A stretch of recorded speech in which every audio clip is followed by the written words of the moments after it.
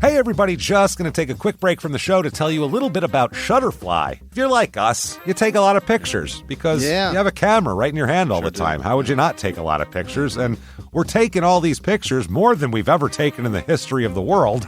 What are you going to do with them all? That's the thing. You used to get a solid picture, and then you'd look through them, and you could enjoy them. Now they're like back on your camera roll. You can't even find them. You don't want that. That's why the cool thing you need to do, and what I did, and I think it's pretty cool, is create a Shutterfly photo book. Oh. What I did, and you're going to enjoy this, Jimmy, because I haven't showed this to you yet, but took all of our pictures from being on tour this year. Oh. All live show pictures, us backstage, us on stage, doing all that stuff, and like some of the venues and things, and made a little photo book out of that. Also, they have free 24-hour designer service as well.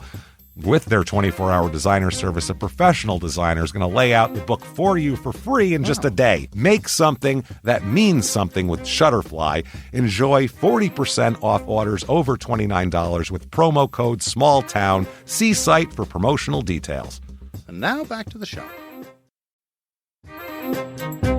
Hey everybody, just going to take a quick break from the show and tell you about Noom. Has Noom helped you? I believe it has. Oh, that's got an app. You can do tracking. It's terrific. It does. Noom builds personal plans that can meet individual needs. That's the thing. Takes into account any dietary restrictions, medical issues, other personal needs. That helps build a plan that works for you. And yes, so I know that you've had your own personalized program here that you've been working on. And it's weight loss This is weight loss results that last. They stick around because you get yourself into a lifestyle change. That's what matters. That's mainly it. You can't just say, I'm going to cut that out for a month and then go back. Do it. That's not what it is. So I'm glad it's helping you. That's great. And it really does. I like the psychology and biology-based approach here. Noom Weight uses psychology. That's why they say losing weight starts with your brain, but it also takes into account your unique biological factors, Jimmy. All of your multitude flora and fauna that goes on inside of you there. Sure, Stay focused on what's important to you with Noom's psychology and biology-based approach. Sign up for your trial today at Noom.com, Noom.com here. Based on 3.5-year study of actively engaged Noom users with minimum starting BMI of 25. Individual results may vary. Visit our website for more information. This is a Reese's Peanut Butter Cup sound experiment. We're looking to find the perfect way to hear Reese's so you'll buy more of them. Here we go. Reese's, Reese's, Reese's, Reese's, Reese's. Hey, get out of here, you little stinker. Reese's. Reese's. Reese's. Peanut Butter Cups. That breathy one sounded very creepy, am I right? Before we get to the show, just want to remind you guys about some exciting things. Live shows. Live shows. Chicago, Illinois, December 14th at Lincoln Hall. Get your tickets at lh-st.com. Please do that. Come out and see us there. It's going to be so much fun. Both shows, Small Town Murder and Crime and Sports. Yes. Come see one or both of them. Yeah. It's going to be so much fun. Also, Boston at Laugh Boston, February the 18th. Again, Small Town Murder and Crime and Sports. Both shows, one night. Laugh Boston. Get your tickets at laughboston.com. And then a special stand-up show. So with good. The two of us, the Jimmies, James and Jimmie, and Dan Cummins as the headliner. Dan Cummins! In Detroit. Michigan. February the 16th. That is a stand-up show. Get your tickets now. And if that show sells fast, guess what, guys? We're going to add a late show, and it's going to be a special kind of a podcast with the three of us on it. It's going to be amazing. Guys, get your tickets for one or all. Travel around the country. We don't care. Treat us like the Grateful Dead. Come see us, guys, please. Now let's get this show going. This week, we check out the minuscule town of Kenton, Delaware, where 4 escaped convicts wreaked havoc that reached all the way to the Supreme Court. Welcome to Small Town Murder.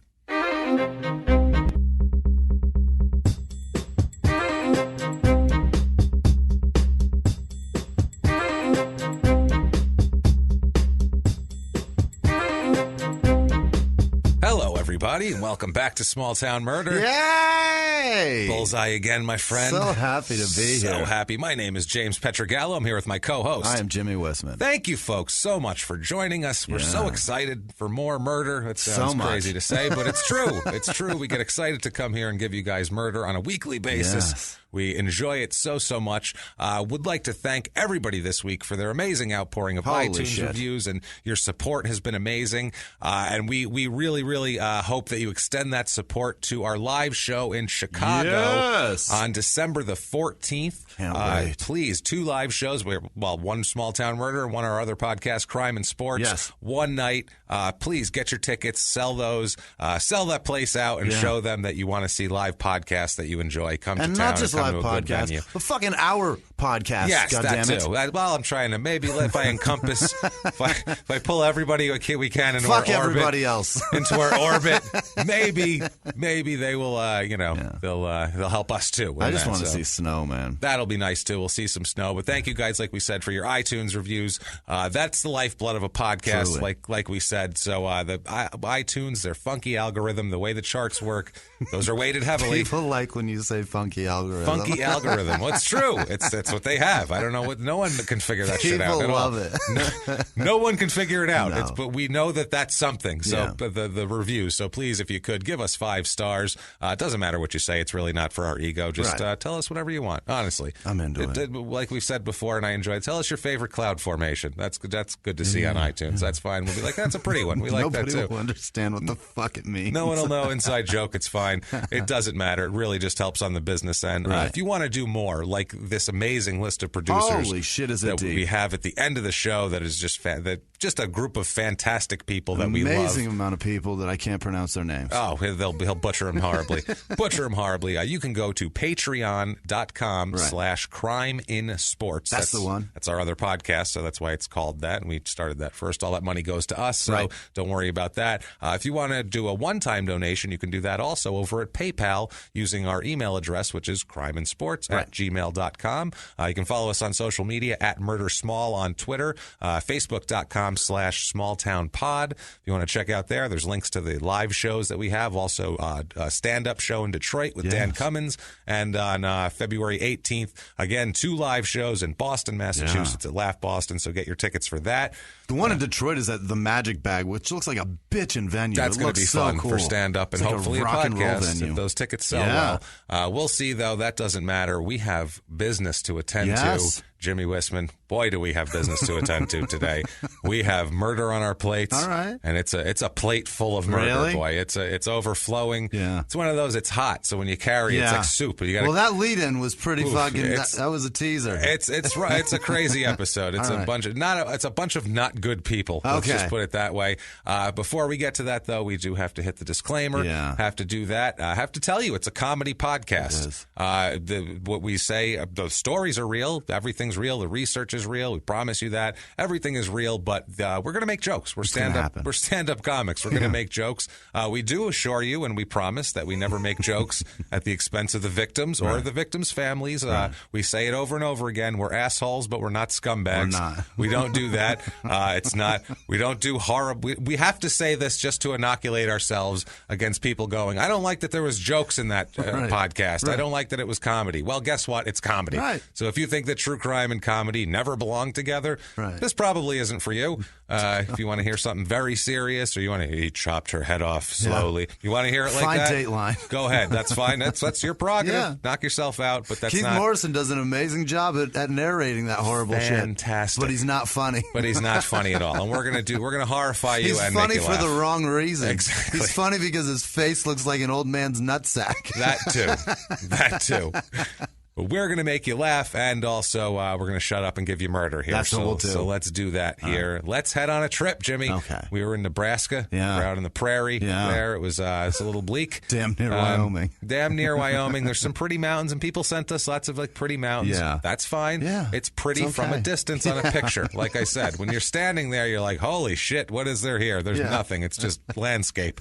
I'm in a postcard. There's this somebody is not with good. one of those leather straps rubbing a knife up and down somewhere. You don't know where he he is. No. He's in the hills. He's No. up in that plateau. You don't see shit, and it's very, very scary. Yeah. I agree with that. But we're going to head east this week, Jimmy. Head out east. We're going to head out almost to the Atlantic Ocean. Oh, boy. All the way out there. We're going to Delaware. Okay. Delaware. We're going to Kenton, Delaware, to be more specific. Delaware is a very tiny state on the East Coast. If you're about halfway north and south. Is it a halfway weird down. shaped state that looks kind of like a boot? It's kind of like a boot. Yeah, you Okay. could say it like that, like a boot if you broke your foot, like a thick boot on the the fat bottom one. with a thinner ankle on top. I would say, it's one of those. It's a broken foot boot. Okay. So if you're not from the States, that's where Delaware is, because it's not like you would look at the map of the U.S. and go, let me point to Delaware, because you wouldn't be able to see. You'd have to zoom in a little bit. And you go, okay, over there next to Maryland. I get it. All right, there it is.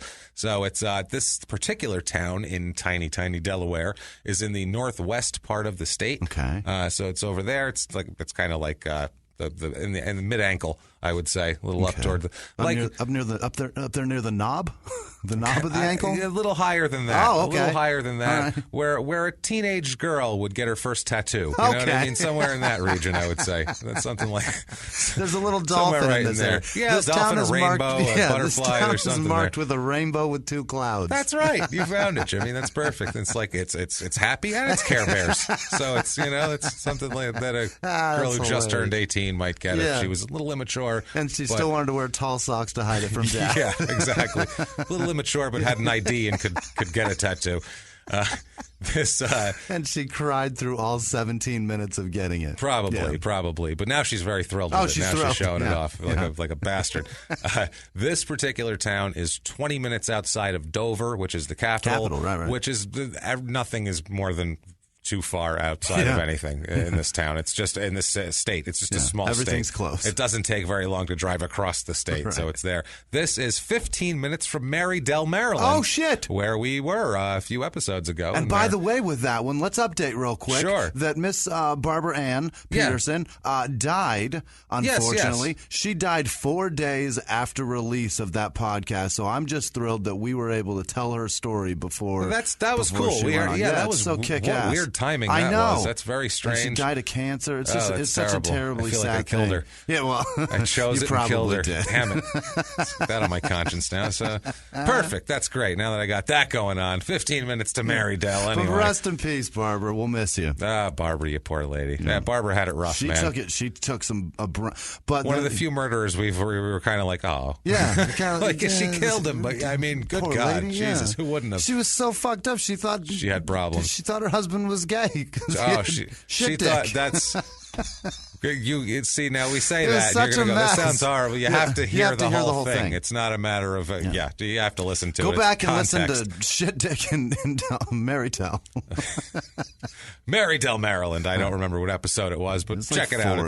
It's there. It was more than that. It was released September 9th or 12th? It was like 2 months ago. Yeah. So it was like 8 ago. Yeah, it was a while ago. It's back there. This is in Kent County. Okay. So it's Kenton in Kent County. Oh. So that's weird, because last week we had Scottsbluff in Scottsbluff County. This week we have... They're not creative with the names here. It says, they ran out of shit? We done run out of shit. Sorry.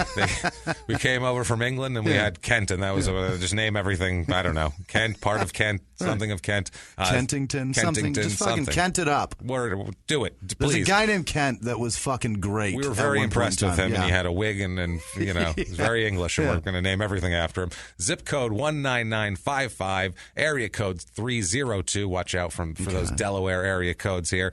It's a tiny town, extremely tiny. It is 0.19 square miles. Is that even a town? It's a town, because there's nothing around. Jesus. There's little tiny towns. All of these are just like a grouping of little tiny towns. This is like 4 buildings. That's kind of what it is, and then some houses right there in the little outskirts, and so it was tough to find things for the real estate report. I'm for this sure. one, let me tell you. And it's so small, but we found a fucking murder there. No, That's we crazy. did. We will find if someone died there. God damn it, we'll sniff that shit out.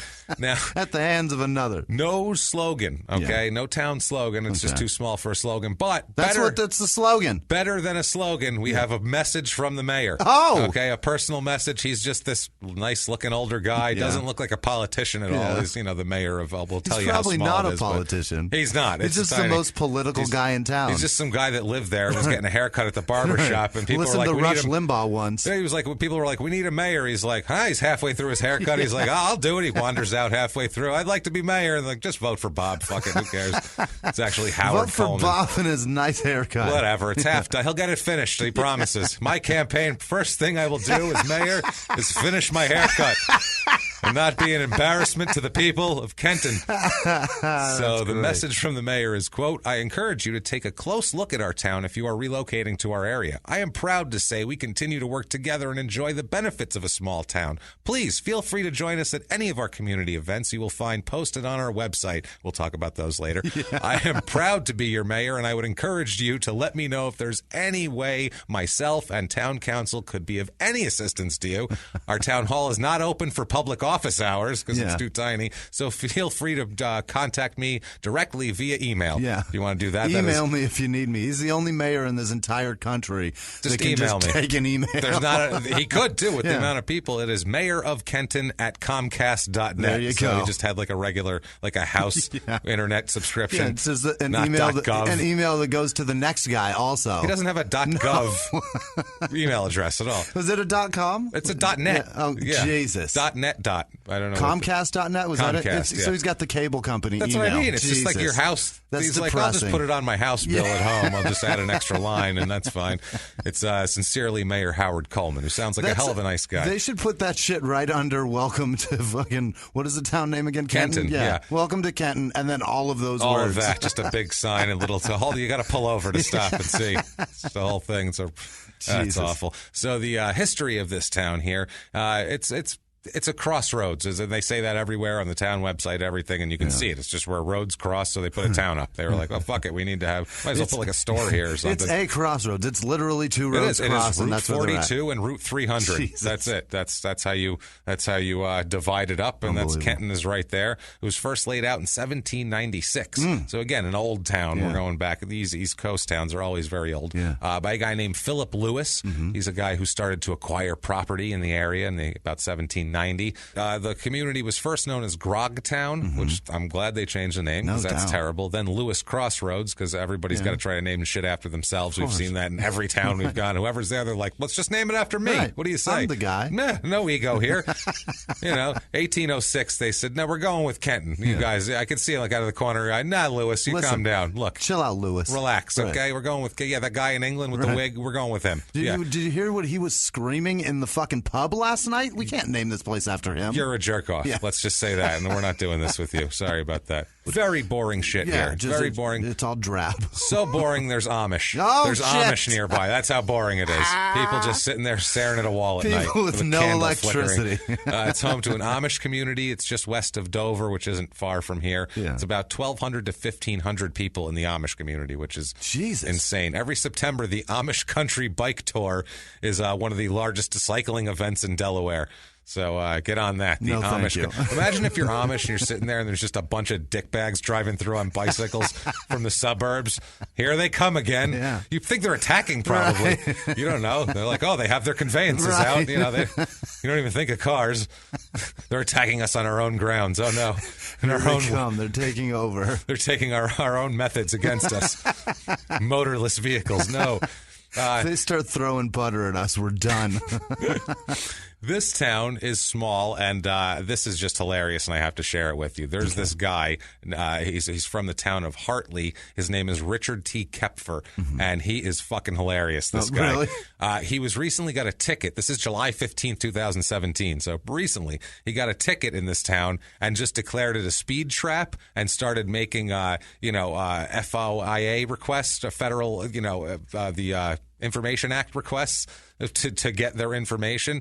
And, what information did he want? He wanted to know how many tickets have been delivered in that area? Yeah, it turns out that he says, and he found in these documents, that more than $131,000 in traffic tickets were collected in 2016 in this town. Oh, Jesus. That seems very excessive. Yeah. 200 and something people can't afford to can't afford to pay all that. That's a lot. No, this is so people because it's a crossroads. Yeah, they're getting people going through it. It's a speed trap. Bastards. If you live in Arizona, you know Gila Bend. Yeah. That's what this is on the way to Right. San Diego. It's the same thing here. There was a company there. It was called Ruse Foods that was there, and it was shuttered in 2014 by the U.S. Food and Drug Administration. shit. So there's something wrong with it. And So they had to generate money another way. And they're just like, let's just ticket these fuckers driving That's through. all it was. Like, I guess they paid all the taxes, and I don't know, but the town has hardly any revenue now because we'll find out how many people are there. Okay. Population 265. Jesus. Very tiny town. I mean, it's the same as it was in 1890, pretty much. It's easy to know everybody. Absolutely, you would. Everybody. That's why you can email the mayor. It's just fine. Median age here, excessively young. And in these small towns, it skews so quickly. I mean, if 3 people die and they have 5 births in a week, it throws the whole median age out of everywhere. Median age, though, is 24.5, which is super young. 37.4 is the national average, as we know. So that is very, very young. Again, you have out-of-whack stats like the male-female population. Males almost 55% here, which usually it's females almost about 51%. Right. So, that sort of thing. There's only 72 households in this town. Out of 265 people. It's how many? 3.36 people per household, which is almost a full person more than the average. Yeah. So there's more people crammed in. A couple parents and a kid. Yeah, on average. Yeah, so it's a weird thing, and I think there's possibly some college people that live here too from around. I don't know because it's inexpensive. We'll find out. I'm not sure about that though. That's just a guess. Right. Married population's a little lower than usual, which with the younger age you'd expect that. That sort of thing. That's normal. Never married is about normal though. Widowed is normal. Divorced is a little higher than normal. But I mean, the stats honestly for a small town are pretty on par with everything else except for single with children is 33.3%. Is that high? A third, it's more than twice the average. Okay, so that's high for that. Other than that, it's pretty average. Yeah. The race of this town. White, 68.60% white, which is not that much higher. It's about 63% normal, so that's normal. 2.89% black. Okay. That's, they got a few black people in this tiny town, which honestly I wouldn't even expect. 0.0% Asian, obviously. There's not going to be any Asian people here at all. No, it's too small. They said, sorry, we don't have any. We got no need for you. We need at least 300 people before we start allowing Asians, and I feel like that's what they said. Sorry, guys. Well, Jesus Christ. They're still worried about them attacking. It's still 1941. Exactly. They're like, I don't know, I don't trust you. But we're from China. Doesn't matter. Don't care. I see those eyes. I see it. I know. You're all derivatives. I get it. Like Archie Bunker said. No, I'm not doing it. You're all derivatives. That's what he said. He said that's a long. That's a great line. It's a racist rant from Archie Bunker in 1973. That was funny about how ignorant it was. And people now would be like, yeah, that's true. That's what we've gone way. Backwards over here. We are for sure traveling backward fast quickly. Sick.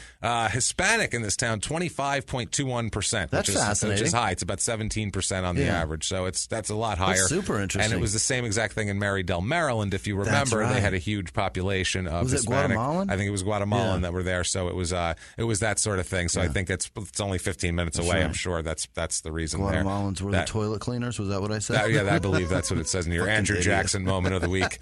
Right off the $20 bill and into your earbuds, everybody. 33.56% of the people are religious here, which is lower than the 50% average. About 10.69, almost 11% Catholic, which is about what you'd expect there. I don't know.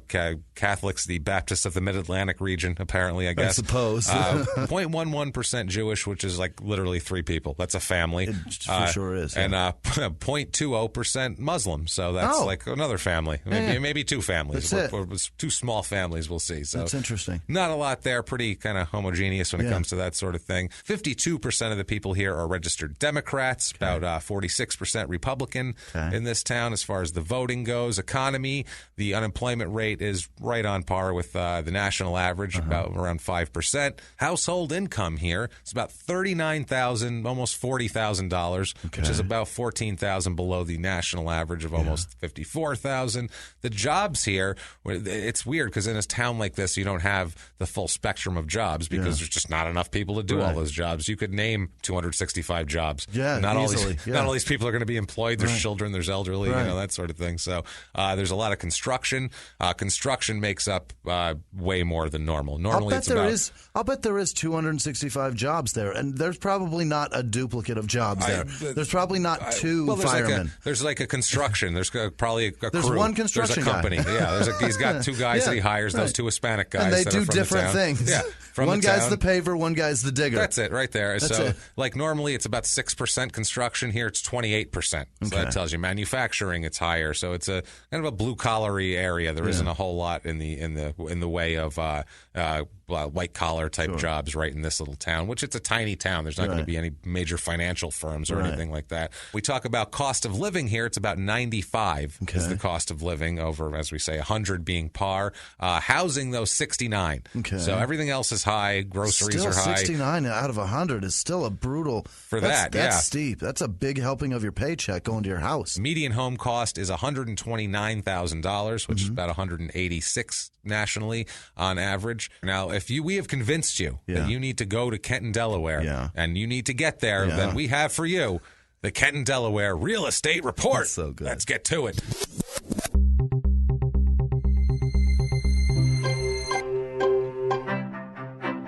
All right, let's see here. We have a 2-bedroom apartment on the average here is about $960, which is pretty much almost the national average. It's about $1,030, so pretty close. Not a lot of houses here, honestly, but I did find a few. Let's see here. I have a property. It's at 234 Ruse Lane, which was the name of that food company, so it's probably by an abandoned food warehouse, which is why it's been on this website for 663 days. Holy shit. It's already been auctioned and not bought and things like that. It's damn near 2 years. That's right. It's listed for $196,831. Could not get any stats on it, though. It's a weird foreclosure. Bank owned. Can't get any stats, just like they can't get a buyer. Exactly. It's bank owned, and they're going to keep it for a while. I found one. This one's sale pending, but keep an eye on it, folks. You never know. It could drop out, escrow, things like that. It's a 3-bedroom, 2-bath, 1,600 square foot beauty up on High Street for $199,000. Very nice, economical. And we have a 3-bedroom, 3-bath, 2,495 square foot house. 46 East Commerce Street. It's a beauty here. $239,900, which for what it is, it's not that bad. That's not a terrible price. Things to do. You can get tickets for speeding and being on your cell phone. Just lots of tickets. You can pay tickets. You can take your time submitting for information about tickets. You can do that for information. You can fight the town about tickets. You can email the mayor, Harold Coleman, and complain to him about tickets. Comcast.net or whatever. Comcast.net. We have a 4th of July parade every year. It starts at about 10 a.m. One thing I found on the town website said it was posted in 2015, but it says it's a 2014 event that's still on their website. What? I don't understand. I think they posted it a year late and they still have it up. You know, it's just Harold Coleman's not good on the way. He's the guy posting shit. He's like, posted how do I do it like a delayed post, and like a scheduled post for a specific day, and just didn't put the right year. He's texting with like his college-age daughter saying, how do I put text up on the website again? How do I do that? Can I put a picture? Oh, my God. Can you call GoDaddy for me? Because I can't do this. So what they have on that site is the annual Shop with a Cop initiative. Oh, boy. No information of what that is. Just apparently you go shopping with a cop. What would that do? In between him giving people tickets. Is that a cop getting kids school clothes? Or is that like you spending your money and buying the cop his gear? Literally, that is the only goddamn thing it is. Just shop with a cop. I don't know if it's just go grocery shopping with him. He gets his stuff, you get your stuff, and then you say part ways. See nice you to see around. you. Nice to see you, Bob. Don't give me a ticket. Oh, God. And also the annual Kenton Car Show, of course. You got to have that, obviously. Yeah. Door prizes, all sorts show of off. Tony's Sausage House is going to be there. Giving away door prizes. Giving away fucking sausages? I'm not kidding. There's Tony's Sausage House is giving away door prizes. The best car, best in show, wins a 12-pack or wins a string of sausages. Wins a bulk of wieners. That's what you get. Here's your wiener box. Enjoy. So congratulations on your Mustang. Here you go. There's crowd on that. Really Hope like your it. GTO. Enjoy this shit. Yeah, but don't eat it in the car. That's messy. Now, crime rate in this town, what we are concerned about is was, again, weird because they basically had, like I looked at different years, they basically had 0 crime reported in 2015. Okay. It's just like no crime. That's amazing. There. So the rate is like if they had one thing happen one year. It's really hard to say. Yeah. But for whatever year this is that these stats are from, which is not 2015, obviously, it's about 25% above average for property crime, and murder, rape, robbery, assault, violent crime is the same 25%. So I bet that was the same incident or something like that. It's that sort of thing. So that's hard to be dependent on in such a small town. It's a safe, little, nice small town where you can go shopping with a cop if he's not giving you a ticket. With nobody there. Now you either have a great story about a cop by shopping with him, or you fucking hate him because constantly giving you tickets because you've lost your license due to back fees. Let's talk about some people that came to Kenton that weren't so nice, and I don't think they went shopping with a cop, although we wish they would have at some point here. Let's go back to December 1st, 1986. Pages of the calendar flipping by. We're flying back in time Lightning here. Flashing. 86. Back to the Future was a big hit last year. It's from 86? Crazy. 86 we are. December 1st, 86. Hulk Hogan is ruling the world at this moment in time. Michael Jordan is just coming into his own. Michael Jackson's still black. Oh, he's black. He's moonwalking. There's not even jokes about him molesting kids. None. Nothing. No one even suspects it at all. They're just blown away by his fucking soldier uniform with those tassels on his shoulders. Eddie Murphy's making jokes about how slick he is, being able to go to a white woman, Brooke Shields, at the Grammys and get away with that shit, and that's awesome. And he's how Michael's fucking Brooke Shields. That was the joke then, not Michael's fucking Brooke Shields' kid, which would have been the joke 5 years later. Michael's banging Brooke Shields' brother. Who's way younger. Right, His mother he's like had 9. They had him really late in life, parents. So December 1st, 1986, between midnight and 2:30 a.m. I feel like they should have a better window on this time. Midnight and period. 2:30 a.m. So we got a 2.5-hour window. 2.5-hour window. 4 prisoners escape from the Delaware Correctional Center near Smyrna. Okay.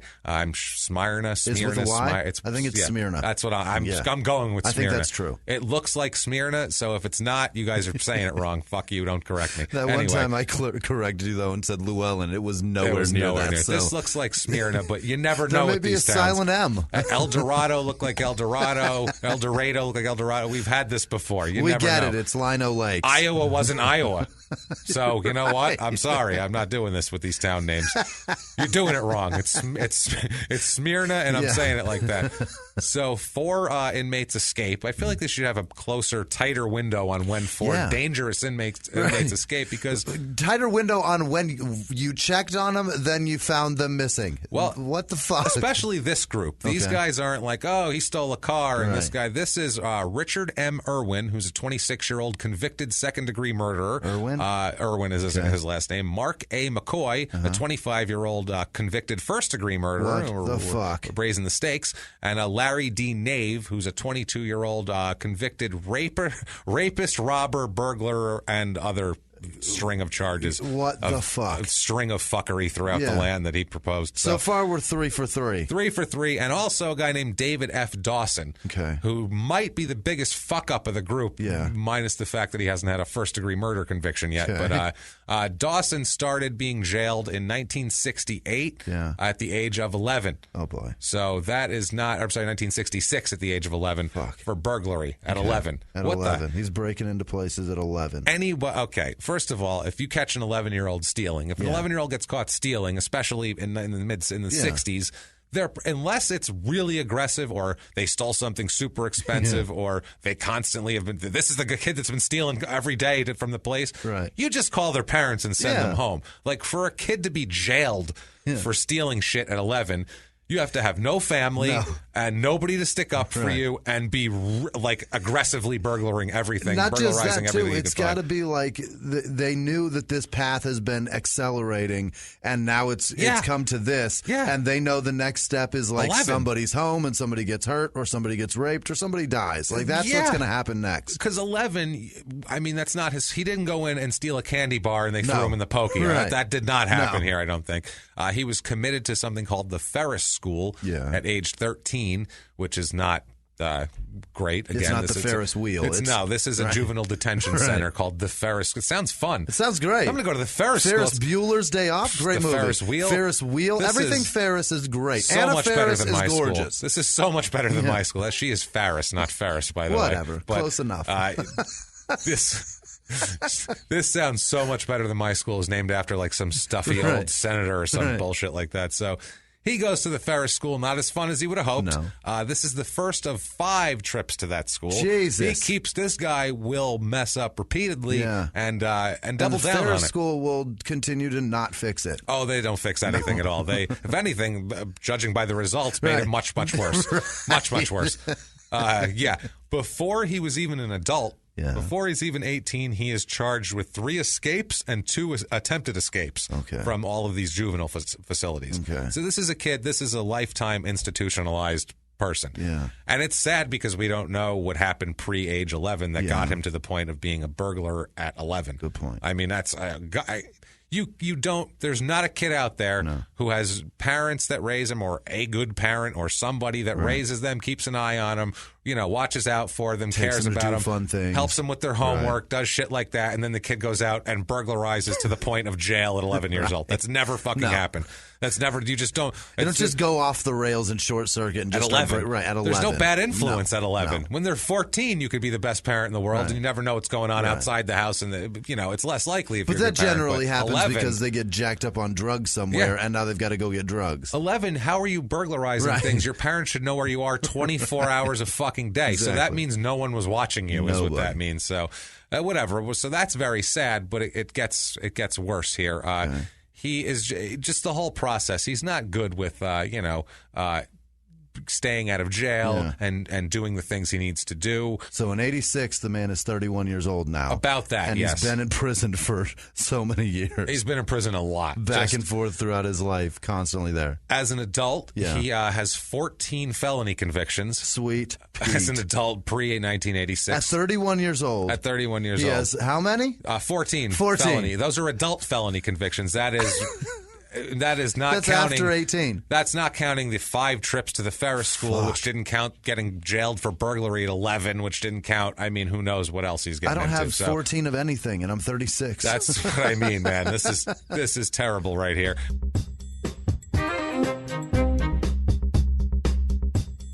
Hey, everybody, just going to take a quick break from the show to tell you about an amazing sponsor, Leesa Mattresses. Leesa.com, Leesa. Whether you're upgrading your home, your health, your state of mind, there's one surprising item that belongs on your shopping list, and that is a mattress. I'm telling you guys, this mattress is fantastic.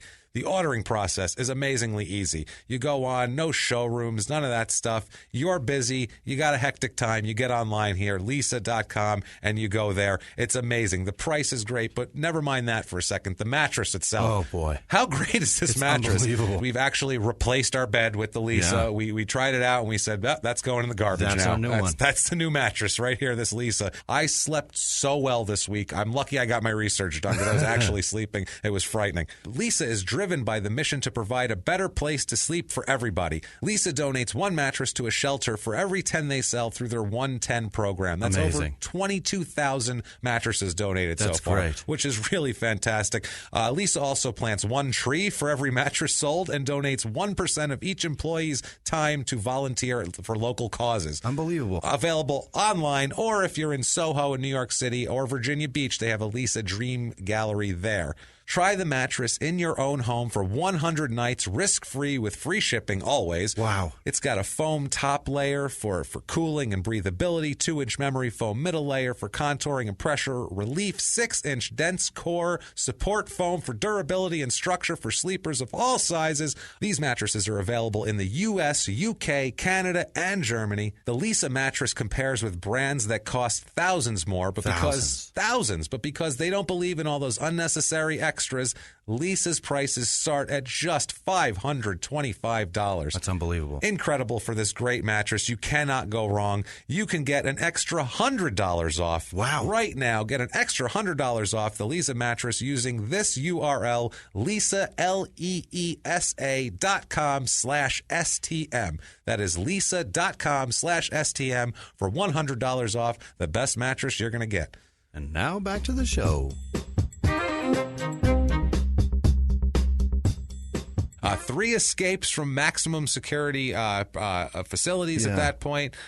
24 conduct violations resulting in sanctions against him when he was an inmate. He's a bad dude. He's just an asshole. Wow. And when you look at this guy, he is the squirreliest, scummiest looking son of a bitch in the world. That's my favorite descriptive word of a convict. You try not to judge people based on appearance. You do. And especially with this, you can't. Because, I mean, we're talking about murder. So if you're going to call somebody a cold-blooded murderer and say horrible things about him, make fun of him for an hour and 45 minutes, you can't just do it based on looks. No. This guy, you can do it just based on looks. He has one of those goatees. You know those goatees that doesn't go from chin to chin? It's just in the middle thin. One of those. What? Like a strip? Like a strip, in his chin, but it's like long and scummy looking. Oh, no. And like long, ratty black hair. He looks like a blues guitarist? No, he looks like a roadie for a shitty blues band that goes out and runs out beforehand and goes, check, the mic, 1, 2, syllabus. So he does that shit. And then that's who he is, basically. And it's all gray? And then he goes back and rapes a 15-year-old who's in the front who wanted to go get backstage to see Foghat. I feel like that's what happened here. That's what happened here. I feel like that's exactly. Why does that one come? I have no idea where Foghat came from. I don't know when I've ever thought of fucking Foghat. But that's a early 80s band that sounds terrible that he could be a all right. If he was a roadie for somebody good, it would have taken them down. Fuck Foghat, you know what I mean? I don't want to take down Van Halen or something. That's not fair to them. Take down poor Bob Seger. That's not right. So this guy's a complete piece of shit. Yes. There's a pretrial thing in 1977.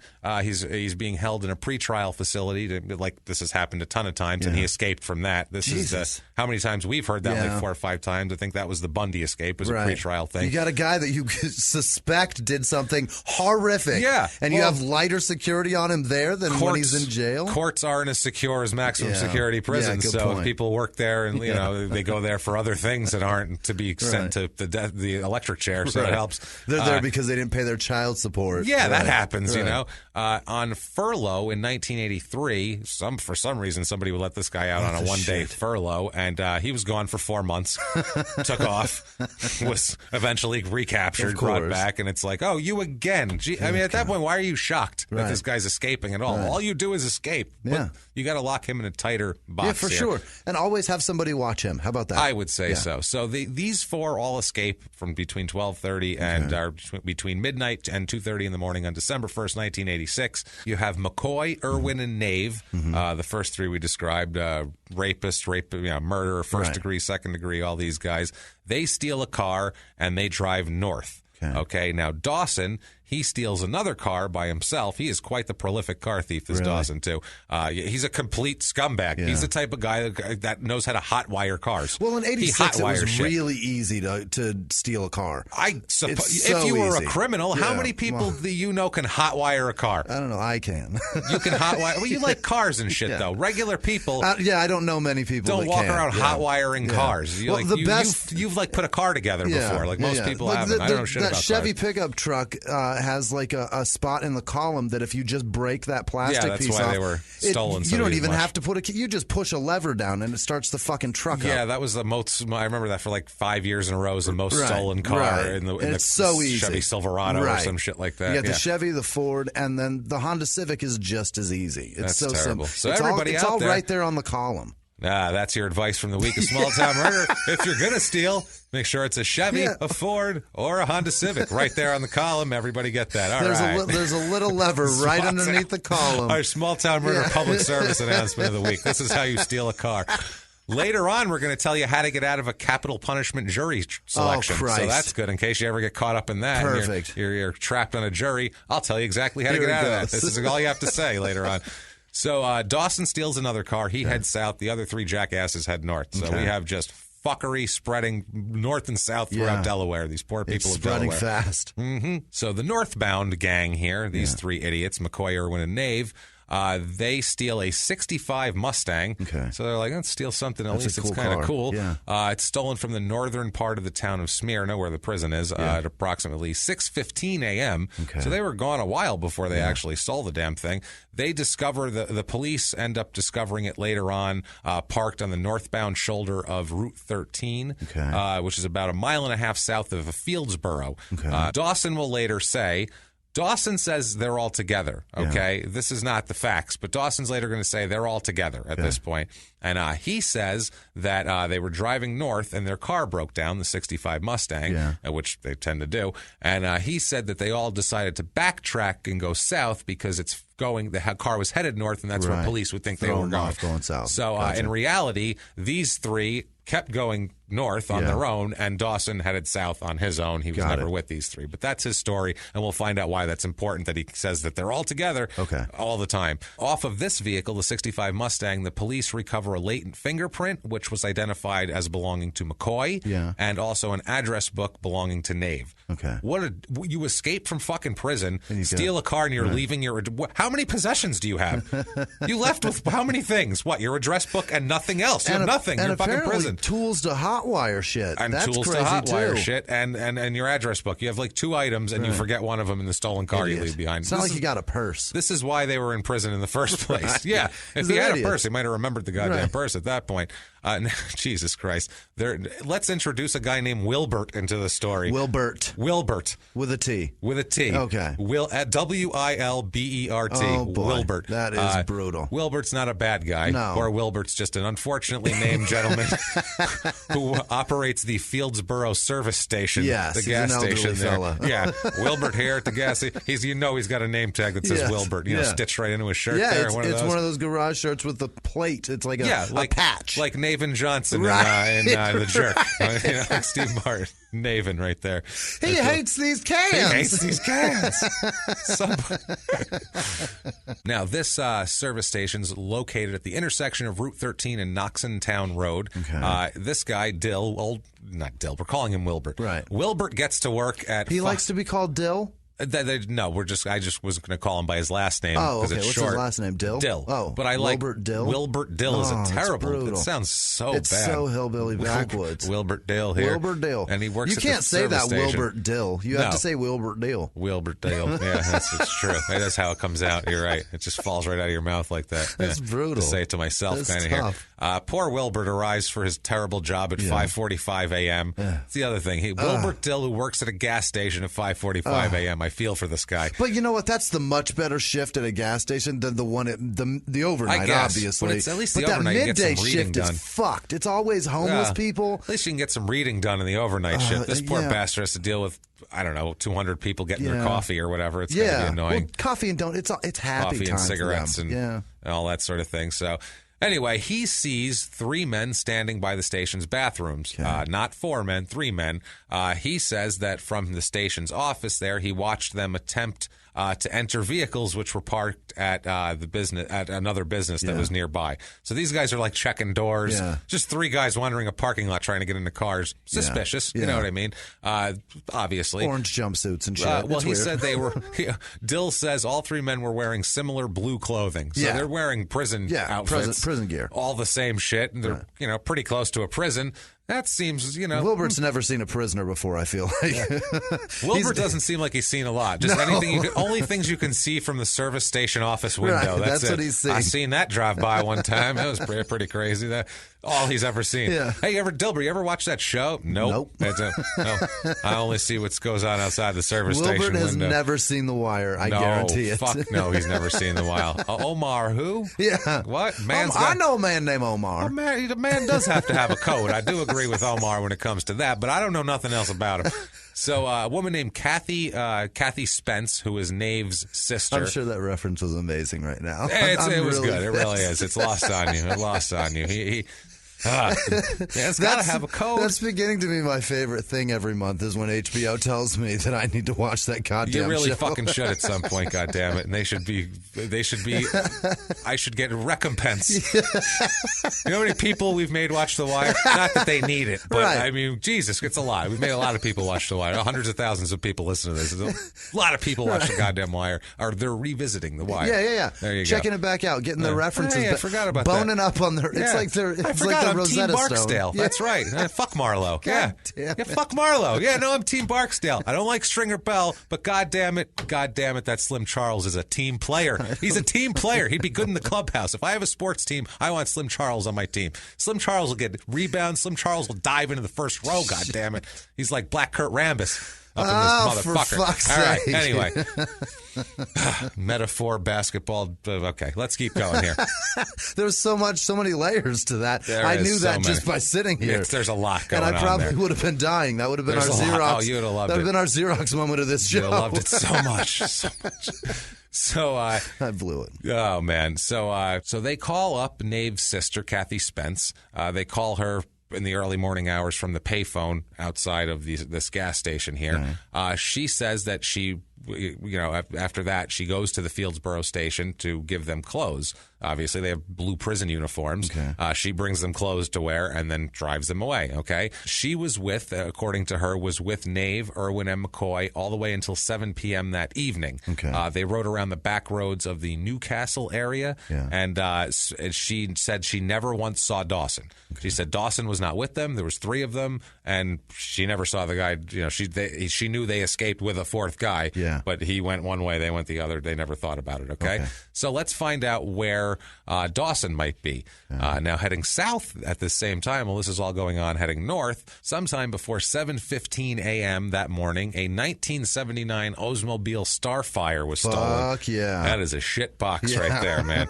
That that thing rattles. It's huge, it's too. Huge. I don't even know what that car looks like. I've never seen one before. I'm going to Google it, That's though. one of those cars that probably had like a 3-year production window, and then they were like, this is terrible and no one's buying it. We've sold 30 of these in 3 years. An Oldsmobile Starfire? Starfire. It's one of those where you shut the engine off and then it taps and rattles and runs for like another 12 minutes. And you're like, I think something's wrong with the car. I think it's got gremlins. What the fuck's going on? I'm sure this car rattles, but I'll tell you what, if it ain't one of the most amazing looking cars I've ever seen, it is fucking kick-ass. It's a huge boat, right? Yeah. Yeah, it's a 79 Oldsmobile. It kind of looks almost like a... Calm down, though. It's a big Oldsmobile from 79, so it's probably like a 4-cylinder. It probably had 108 horsepower. It would have been a straight 6 or some shit just like that. Just a shit box. Okay, enough car talk. And it was a 79? 79 okay, Starfire. So, the one that I'm looking at is like a 60-something. So I know it got bigger different. and much uglier. And shittier. Yeah. So this car was stolen on the southern side of the town of Smyrna. So one stolen from the north side, one stolen from the south side. They later found that on County Road 139 outside of Kenton. Okay. Now we come to Kenton. Kenton is just southwest of Smyrna, so it's pretty close to the prison. This car... Oh, James. What? It got real ugly. I'm sure. It's horrific. It has to be horrible. It's not even big. It's a little shit box. It looks like a Chevette. They tried to make... they tried it's to... one of those. It's a compact one. Okay. It's ugly as fuck. Oh, those cars sucked. Yeah, it's definitely, a piece of shit. It definitely ran for 15 minutes after you turned it off. Go on. So this car was seen between 6 and 6:30 a.m. on December 1st in the area. Now, early that morning, there's a couple named Frank and Dorothy Sini. Yeah. Their home is burglarized. Okay. It is it's located on County Road 168, about 2 miles southwest of Kenton, which is right about where the Oldsmobile Starfire was found. Very much in the vicinity of there. Walking distance, we'll say here. Mr. Sini says that he left work at about 5:30 a.m., and then Mrs. Sini left their home at 6:30 a.m., and when they came back about 3:30 p.m., Mrs. Sini noticed that items had been stolen from her house. They searched. They found that a men's size 48 black motorcycle jacket, like a leather jacket, bomber jacket, was missing. Several pocket watches and a bunch of containers of like loose change, like a can of change, shit like that was taken. Also in the area is the home of Richard and Madeline Kisner. It's about a half mile from the Sini residence that was burglarized. Okay. You'd have to have very few jackets to notice one stolen. I suppose, but if it's like your big leather jacket, you'd be like, what happened to that big leather jacket that I had? You know what I mean? I don't know that I would notice a fucking jacket gone. I've got so many jackets in my... I don't know. I don't have that many jackets. I'm assuming that they don't have a lot. That's my point. Yeah, I would notice if you stole my leather jacket. I'd be like, where's my fucking leather jacket? There's not a lot of stuff in this house. Probably not. Probably not. But either way, they noticed the jacket. They noticed the pocket watches. I don't know why they have 4 or 5 pocket watches, but they have 4 or 5. I want that life, though, to like walk through my house and be like, that's gone, that's gone, that's gone. There's so much shit in my fucking house. I don't think that's an enviable position, honestly. I want it. I don't think it is. I want it. Simple life. I'd like to have things to not notice are missing. I'm honestly, done with this clutter.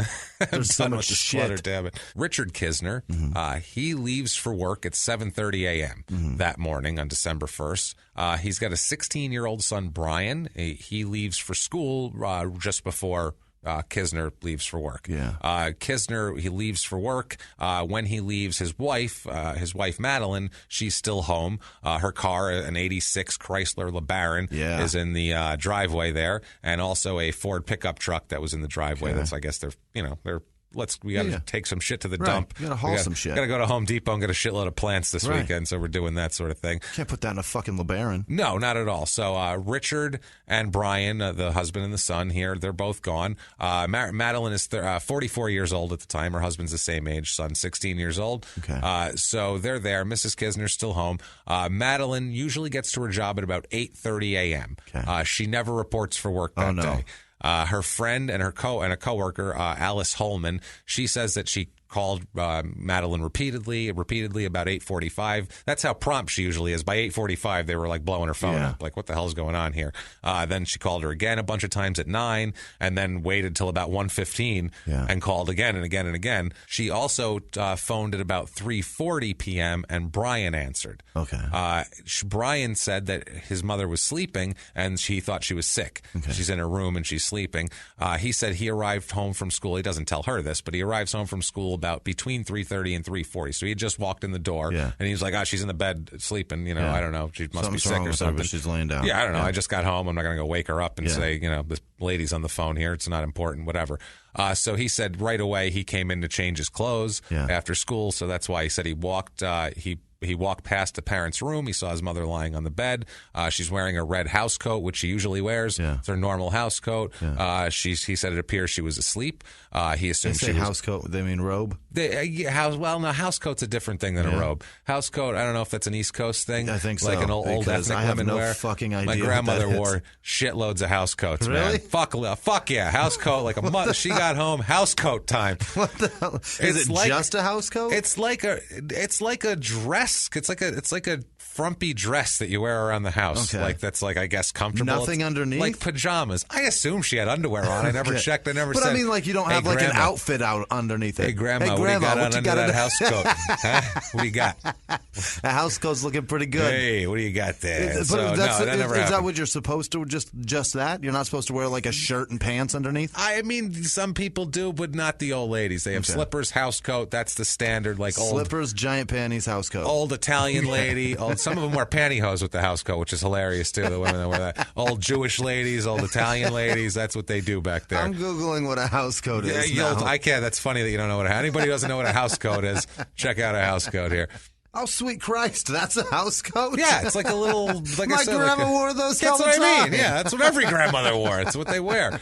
It's definitely weird socks, big fat panties, and that Slippers. shit. Yeah, Slippers. Yeah. So Brian thinks his mother's sick, and doesn't talk to her because she's sick. He says that after he got that phone call from the coworker from Holman, he went to the kitchen, went from the kitchen to the doorway of his parents' room, and he called out to his mother, but she didn't say anything back. So he was just kind of standing there for a minute, and then he noticed that it looked like there was blood around his mother's head. So then he went into his room.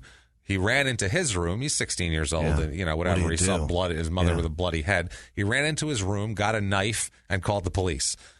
He then ran outside, locked himself in the Ford pickup truck, and waited for the cops. Which honestly is kind of a smart move. If that's a neat little panic room in there, you know what I mean? It's not too bad. And those old trucks, they can. I mean. If there's anything near you that can stop a bullet best, it's probably that truck. And if anybody's trying to bash out the window, it's gonna. Your neighbors will probably notice that. That's not going to go unnoticed. It's not going to be easy either. No, you screaming while some guy bashes out your window. I think the neighbors might peek out the window. I think old Wilbert's going to see that through the service station window, possibly. I'm not sure.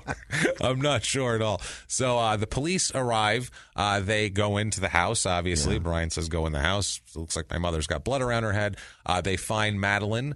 She is lying on the bed. She's in the red house coat, like we said. She has a nylon stocking around her neck. Oh, Jesus. And her hands have been bound behind her back with shoelaces. Oh, fuck. She's been gagged with a sock that was placed over her mouth and knotted behind her head. Okay. And she had lacerations and cuts and stab wounds all over her from her forehead to her chest. It was 14 stab wounds in all. Chest, neck, head, mostly in the chest, but a couple to the head and neck also. Okay. So just a brutal scene. Yeah. Brutal scene. And the kid's lucky he didn't see the front part of her. Yeah. He saw her, back. Okay. So, I mean, honestly, because I could have, no one wants to see their mother like that, especially not at 16. That'll fuck you up good, and you end up like Dawson here. You know what I mean? You end up escaping mental institutions. So 5:30 p.m., Richard Kisner arrives home. Yeah. The police are conducting their investigation. They're all in the house. He was asked to go inside and see if anything had been stolen from the house because they're trying to find motive for all of that. He says that the keys to the Chrysler LeBaron are missing, and so is the car. Yeah. So that's an obvious one. Well, gee, the car's not here. Yeah. Also noticed that they kept some cash on top of like the bedroom chest of drawers. People keep them $50 in the house or whatever. So that was missing. $300, some shit like just that. Some extra, whatever rainy day cash Spending you keep cash. up Christmas, there. Whatever comes up or whatever. You need cash for something quick. There it is. So he said he couldn't remember whether his wife's purse was missing, but he did say that she always kept several $2 bills in her wallet. Yeah. I know a lot of people that do. It's a weird little thing. Do too. It's a weird. So she kept several. We have them. We fucking. It's so embarrassing. Whatever. I'm gonna say it. We have a bunch of them in the closet that we have. The wife and I have brushed like a thin glaze of like glitter glue on them. Yeah. And we give them as fucking tooth fairy money. Okay, well that's cool. Why is that embarrassing? That's embarrassing as shit that I'm macrameing fucking money. I thought you were going to say something way stupider than that. All right, well, I don't know that's how a much nice, cute thing that you do for your kids to make them excited.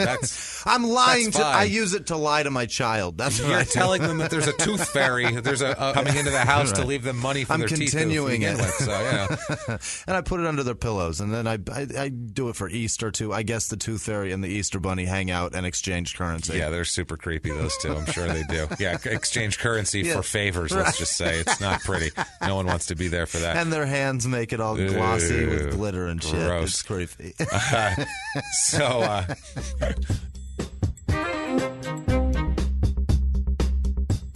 Just going to take a quick break from the show, everybody, to tell you a little more about thegreatcoursesplus.com. Thegreatcoursesplus.com. I'm telling you guys, if you like learning, if you like information, if you're listening to this show, you probably love it. You love this kind of thing. You love a good compilation of information that you can get your hands on and wrap yourself around. And this is everything you want right here. The Great Courses Plus. There's so much to be gained by exploring the small details of these big stories. The Great Courses Plus, you can always discover something new. You can stream so many lectures, anything you want, everything, history, psychology, hobbies. They have everything, anything you want. Lately, first we did the forensic thing. I know we were both listening to that. I've been listening. I checked out the Tylenol murders one. That's the one I was into. I went into the Jack the Ripper, but there's also blood doping and sports scandals. That looks amazing. That's next for me. I have a whole list of things that I have to do. This is what happens now. Now I'm caught up in this thegreatcoursesplus.com hole where I get home or I do something and I'm like, I got to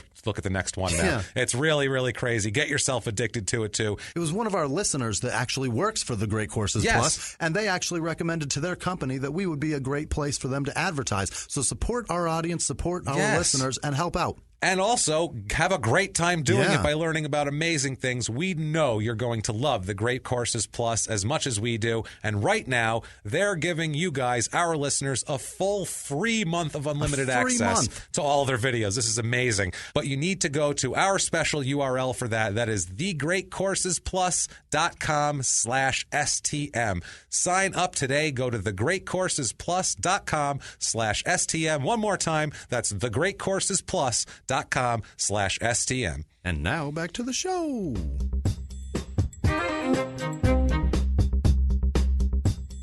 That night on December the 1st, 86, at the Zoo Bar in Milford, Delaware, and this is a real classy establishment here, a woman named Patty Elizabeth Dennis, Patty Dennis, she says she met a man that fits Dawson's description. She encountered him. He introduced Jesus Christ almighty. This is walk away, ladies. If a guy in a bar says this to you, just go, thanks, nice to meet you. We're going to go now, and then leave, please, and ask to be escorted out so nobody jumps on you. Not that you can't handle yourself, but this guy, you should probably He's an escaped fucking... Get 5 or 6 people to walk out with you, not just one person. It's creepy as shit. He introduces himself as Abaddon and told her that the name means, quote, one of Satan's disciples. Holy shit. So that's his line. Yeah. That's his come on line. That's the type of bar this is. What up, girl? Yeah, my name means one of Satan's disciples. Holy shit. She was at the bar with her roommate, Geraldine Ryan. There's a guy named Dennis and a guy named Ryan who they talked to, and that he's an acquaintance of theirs, Abaddon here. And now Abaddon, they're all hanging out, and after a little while, they go over to the Hideaway bar, and they say that Abaddon here, Abaddon was wearing a leather jacket that was way too big for him. Oh, like a size 48, leather, like a 48 for a squirrely little dude that there's a roadie for Foghat. You know what I mean? So they leave the Hideaway, they go back to the zoo bar. At this point, Mr. Leather Jacket here, Abaddon, is asked to leave the bar because he's being an asshole, obviously, because he's just that asshole. He's a bad dude. Do I need to say that it's Dawson? It's definitely Dawson here. So, I mean, he's got the jacket, squirrely-looking asshole. So about 9:25 p.m., a Sergeant Keith Hudson of the Milford Police Department notices a person matching Dawson's description leaving the zoo bar. Hey, look, squirrely asshole in a giant jacket. He says that he saw the guy was about 5'10", weighed about 175 pounds, long hair, beard, black leather jacket, same type of hat that everything is, it matches. It's the guy. He says that he observed this guy leaving the bar because he's, got to scope him out and call it in or whatever. And the guy turned left at a street corner and disappeared. This guy, Dawson saw the cop and was like, I'm fucking hiding in somebody's shed or some shit like that. He's not going to walk down the street like nothing happened. Sergeant Hudson and another officer pursued him, never found him, though. They couldn't find him. What they did find nearby, though, right by the zoo bar in a parking lot, was Madeline Kisner's 1986 Chrysler LeBaron. Oh, shit. That's a bad deal here.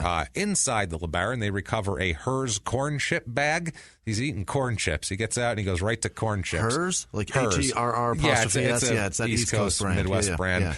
Corn chips. So his breath stunk as shit. I mean, I'm sure he didn't bring a toothbrush out of prison. He's hitting on girls with corn chip breath. He's hitting on girls with corn chip beer and murder breath. That's real. Vile. Saying he's one of Satan's disciples. I'm Abaddon. This is wow. You mean your breath is, sir? Jesus Christ. They also a cellophane wrapper from a cigarette pack of cigarettes was in the car. So he's one of those guys that takes the whole thing apart. Dawson's fingerprints was found on all of this shit. Also, they found a postcard in the car, and on the postcard there's some writing, and it's signed Abaddon. Really? Yes, it is. It's signed Abaddon. That's how it's signed. He didn't even sign a real name. Nope, he signed. That's what he goes by. Okay. That's him. About an hour later, about 10:30 p.m., Trooper Douglas Hudson of the Delaware State Police responds to a call of an accident.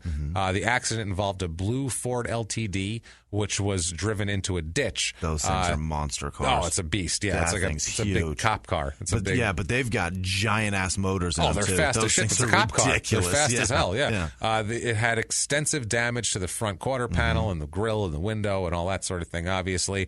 Now, they do some work on this, and in the middle of the night, they discover that Ford LTD was stolen from a location in the vicinity of the zoo bar. Okay. So Dawson, this is his next vehicle. He ditched the LeBaron and grabbed an LTD. Yeah, he grabbed that, which was smart. If you're going to drive around a dead woman's car, you might not want to do that. No.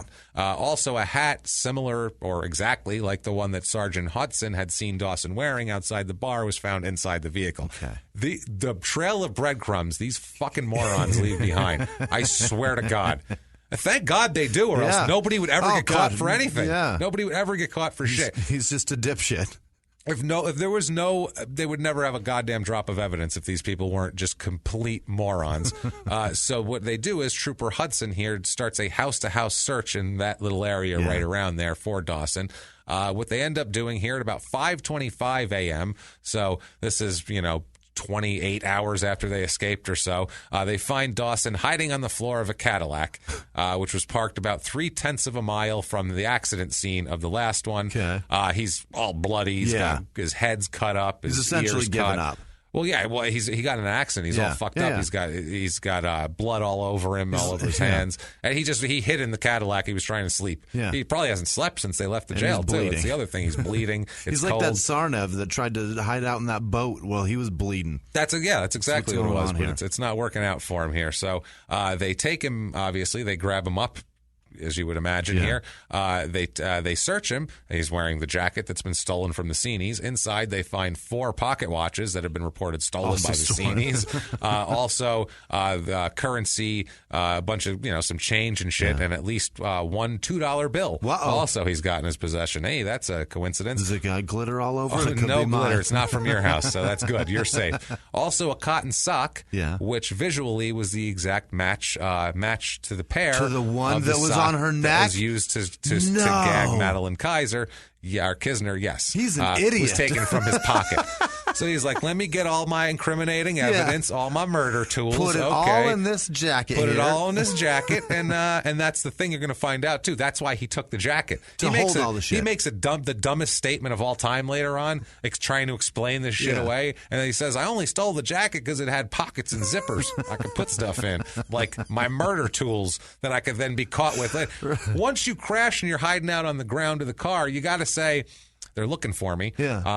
I don't have a good hiding spot at all. I'm in the floor of a car here. They're looking for all this shit that's on my person. Maybe I should ditch this shit in case I get caught. Right. Maybe that's a good idea. Nope, keeps it all on him. Nope, just keep. I need these pocket watches and this sock. What do you need with one sock, dummy? Leaving the house at the end of the month. Yeah, I need is this sock and these pocket watches. All I need is these 4 pockets. All I need is this $2 bill and this can of change. That's all I need.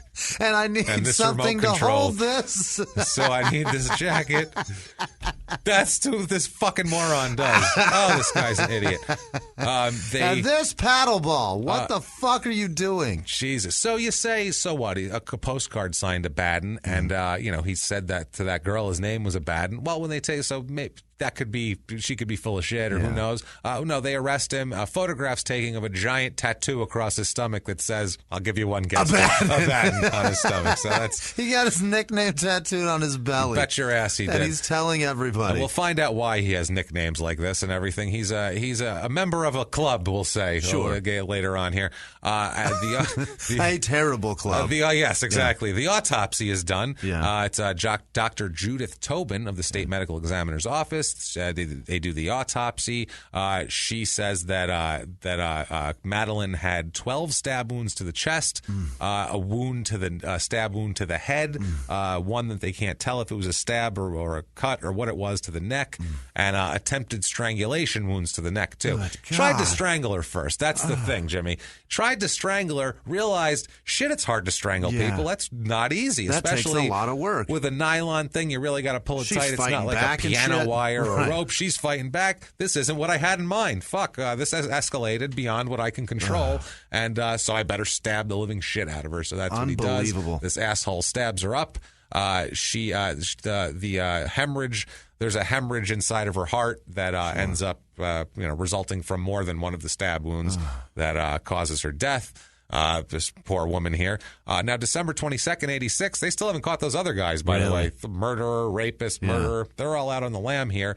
They catch them in Arizona. Really? They got all the way across the fucking country to Arizona. Wow. They were caught. They had pistols, 2 pistols, and a Derringer. My God. And a bunch of knives. Jesus. When they were caught. They were hiding in a creek bed just north of Interstate 15.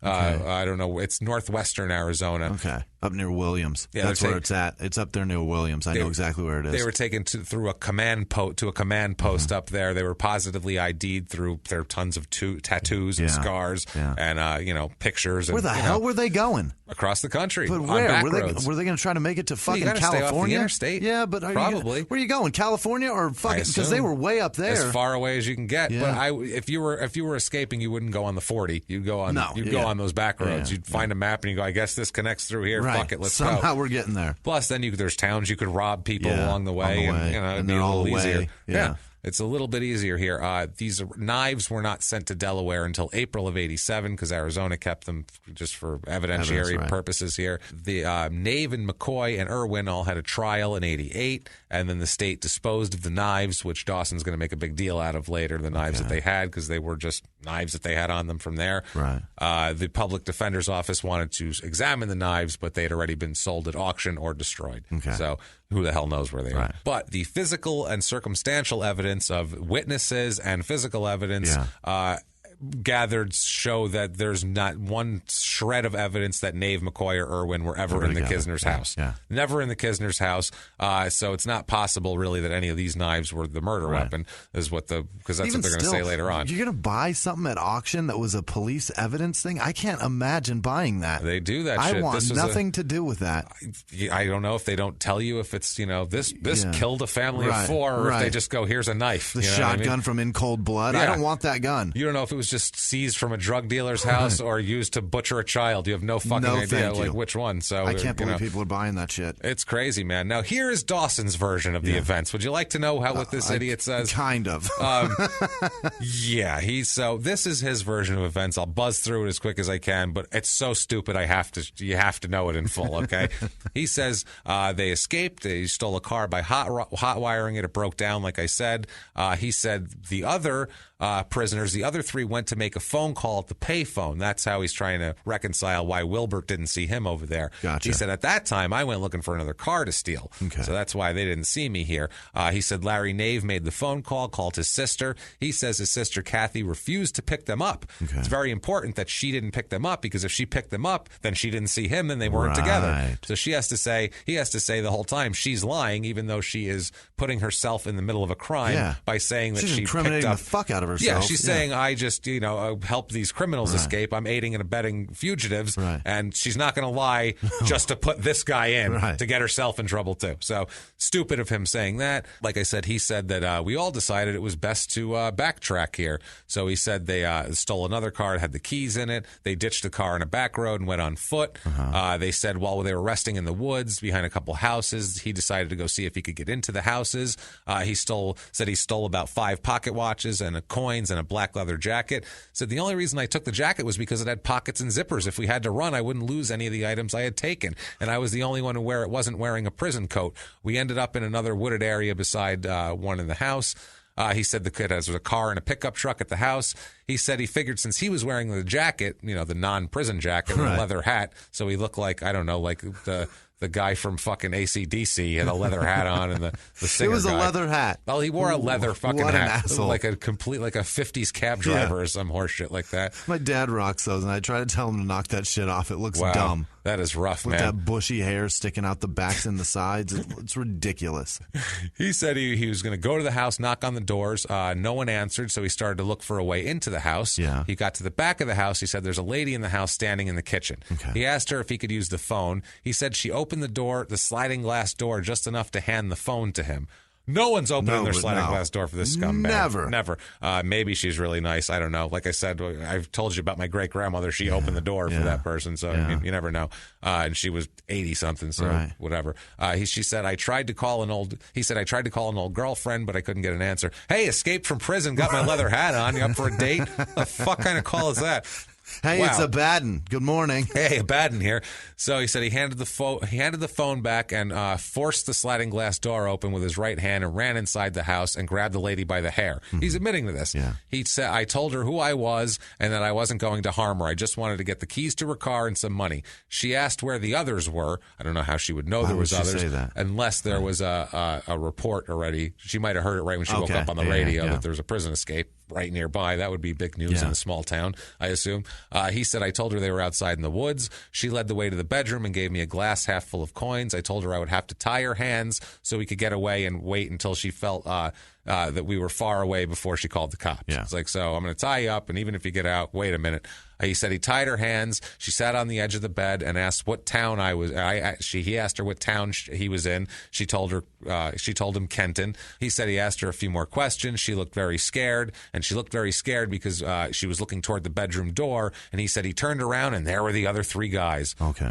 With just rage and murder in their eyes. Vengeance. Absolutely, man. One of them, they were, asking, did you find out where we are? Did you find out what town we're in? Someone wanted to know. He said someone wanted to know what to do with the lady, and I told them that she was tied up pretty good and to leave her alone. Finally, we decided I would go fill up the car with gas while they tied her feet to the bed. I'll go do that. You take 10 seconds to do that. I'm going to go 10 minutes down the road. Right. They said they were afraid that if they went to the gas station, someone might recognize them and call the police. Like so Wilbert. like Wilbert. So only Dawson's going to go. He said he knew of the town. He'd been around there. He was afraid somebody would recognize him or the car because it's her car, small town. If you knew of the town, why didn't you know you were there? Well, once he found out, Okay. he's like, so maybe people might recognize me. So he said, I decided to go somewhere else. So there was a lot of time for them back at the house. He said, I went down to a town called Camden. I got back to the house, and they weren't there anymore. Yeah. The other three had left. No car, nothing. They're just gone. Now it's just me in this giant coat full of shit. And he said, I found the dead. There's a lady dead on her bed. Yeah. Oh, my God. Said she'd been stabbed. There was blood everywhere. Her bathrobe was pulled open. One of her breasts was showing. Ooh. He said, so the bottom of her bathrobe was pulled up, and she wasn't wearing any underwear. Jesus. He said, so I pulled her bathrobe down to cover what was showing. Because, he wants to be respectful, obviously. Yeah. He's a very respectful young man. Gotta cover that tit. Oh, you got to. He said he walked by beside the bed and looked down at her. He said, my legs gave out, and I began crying when I looked at her, and I told her, I'm really sorry, lady. And then he said, I should have never left her with them. Oh, boy. This poor guy. He was trying to be a shepherd, They were damn real it. Animals. Trying to be a shepherd, but these three over here, these fucking guys. He said he went walking down the road, went to see, he couldn't find the guys. He said that he just needed to get something to drink to figure out what to do and just get his head together. He said because he kept seeing that lady laying there the way he found her over and over again. He said, this is amazing. All the plans I had for escaping were no longer in my head. I had given a handwritten statement of what happened, and in that statement I mentioned an attempt of rape on this lady.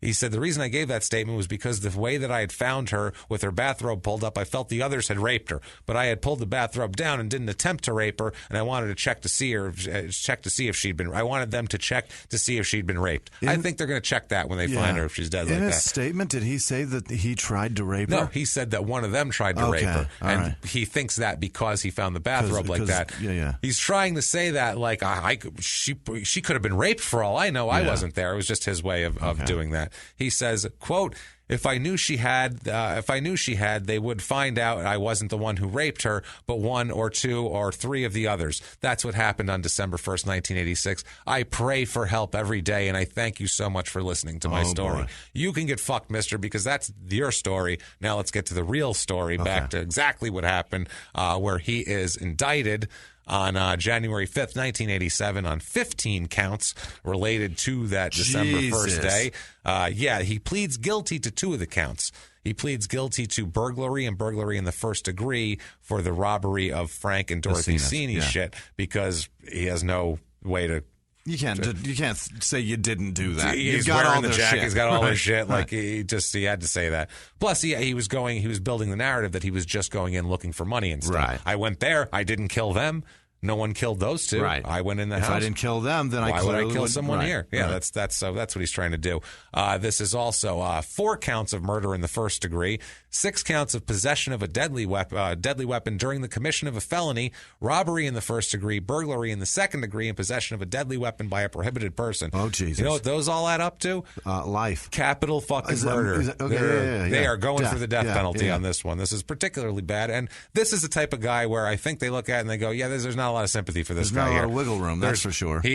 No need for this guy. He's one where I don't need him anymore. I think that's what they're looking at. You got out of prison unlawfully, first of all, and then committed this kind of stuff. This is insane. We don't need you. Not at all. So his counsel files a pretrial motion for change of venue. Yeah. He said extensive prejudicial pretrial publicity, precluded anyone in the area in Kent County from being impartial. Obviously, can't do that at all. What they end up doing is they look at the articles that have been actually in the area and see what people might have been reading, because this is 1986, 1987. You didn't have the internet. Right. You had whatever newspaper came into your town, your local news. There was no other way. Right. Yeah, and then whatever was on national news, and this isn't going to make national news. It's not even going to make state national level news was low back then too. It wasn't. No, it was. You had your nightly news, ABC, CBS, NBC nightly news. CNN hadn't started yet. No, that's what Fox had just started, but not their insane news department. Now, they didn't have Fox News. It was just they played Married with Children and shit, and reruns of things back then. That's all. Fucking The Simpsons. And The Simpsons, and Tracy Ullman, actually, which had The Simpsons. Anyway, so That's your history overseas. That's your history, everybody, of American news consumption in the 1980s. So what they said is they looked at the News Journal and the Delaware State News. They're the two major papers of general circulation in the county. They looked over the accounts, and what they found was there was largely informational things. They said someone was murdered. There was not a lot of this guy did it and he's a piece of shit. There was no like profiles of this guy as like when, why, how where. horrible he is. It was this body was found. You know, this they said like this person's a suspect, but this body was found. The car was missing. The son came home, found her. Blah blah blah blah blah. That sort of thing. So that motion was denied, and they keep doing it too. They over the course of the trial, over the course of the jury selection process, the defense keeps motioning for change of venue and is repeatedly denied. Good. Now, they have a motion pre-trial that his defense, Dawson's defense counsel, learns that he is a member of the Aryan Brotherhood. Not good. In jail. Not good at all. Okay, hence his name and hence swastika tattoos Really? all over him. Oh, for fuck's sake. Covered in swastikas, covered in all the just regular all the garb Aryan Brotherhood prison tat shit. Yeah, I mean he's accoutrement away of this fucking shit. He's more than initiated. He's involved. He has the name of his he has the Aryan Brotherhood tattooed on him, which is a thing. Above and below is there. He has a bunch of symbols. Tons of swastikas, like I said, too. Bunch of them here. He found out in his records that while he was in prison, he painted a giant swastika on his prison wall also, just to let everybody know that these tattoos. In case I'm not here, so you guys can see me. Check that out. Just see my wall. In case I'm in the shower, swastika. Just so you know, Nazi thing going on here. That's who lives here. Just in case you were wondering. So what he would do is that's his one old buzzard and one cute chick live here. That sign that people put out front of their house. That's the one right there for him. So the council's trying to get all of this testimony, anything regarding his membership to the Aryan Brotherhood thrown out is what they're trying to do. Anything, the Abaddon thing, the whole deal, they want that shit all thrown out. They keep making all these rulings. They cite a million different things that we could get into here. What they end up doing is they say we're not throwing it out, but they're going to ask prospective jurors if that would make them, preclude them from being impartial. So they ask each juror, quote, in this case, there may be evidence relating to membership in an organization called the Aryan Brotherhood, a white supremacist group. Would this affect your ability to serve as a fair and impartial juror in this case? So they ask him that. Yes. They tried to get his counsel indicated that he would like to have blacks and Jews sitting on the jury, saying that sociologists have determined that these people are the most compassionate and understanding and therefore would be inclined to acquit him or at least not give him the death penalty. Probably not. Yeah, he said most of these people sociologically percentage-wise are against the imposition of the death penalty. So now they're looking for blacks and Jews. And what he's trying to do is he's trying to get the prosecution to use challenges to strike blacks and Jews because they don't want blacks and Jews on the jury. That's what he's trying to do. It doesn't quite work here. By the way, how to get out of a capital jury. You don't want to serve on a death penalty jury? I don't blame you. I don't blame you. That's a lot of responsibility. All you have to do here is when it says they're, sworn in and whatever, and they ask if he's formed or expressed any opinion in regard to the guilt or innocence of the person at the bar. If the answer to this question is in the affirmative, he shall be disqualified to sit on this case. How about that? Right there. Go, I think he's guilty. That's all you have to say. He did it. I think he did it. No, I don't like his shirt. I think he did it. His eyes look squirrely to me. In my mind, he did it. Like, sorry, I don't know what's going to change my mind about that. I'm just a hard-headed person. I'm an idiot, but I don't have to sit on a jury for the next 4 fucking weeks, so I win. So yeah, that's how you do that. I got out of one by saying that. Well, I got called for jury duty. It wasn't death. It wasn't capital shit. It was just a dude that stole a car and he was clearly a meth head.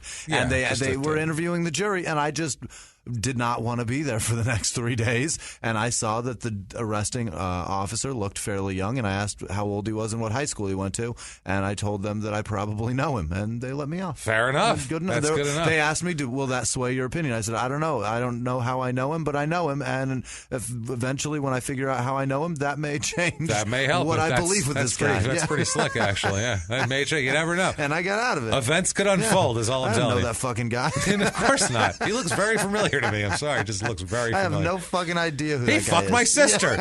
I don't like. Fuck him. No. You're out. You're done.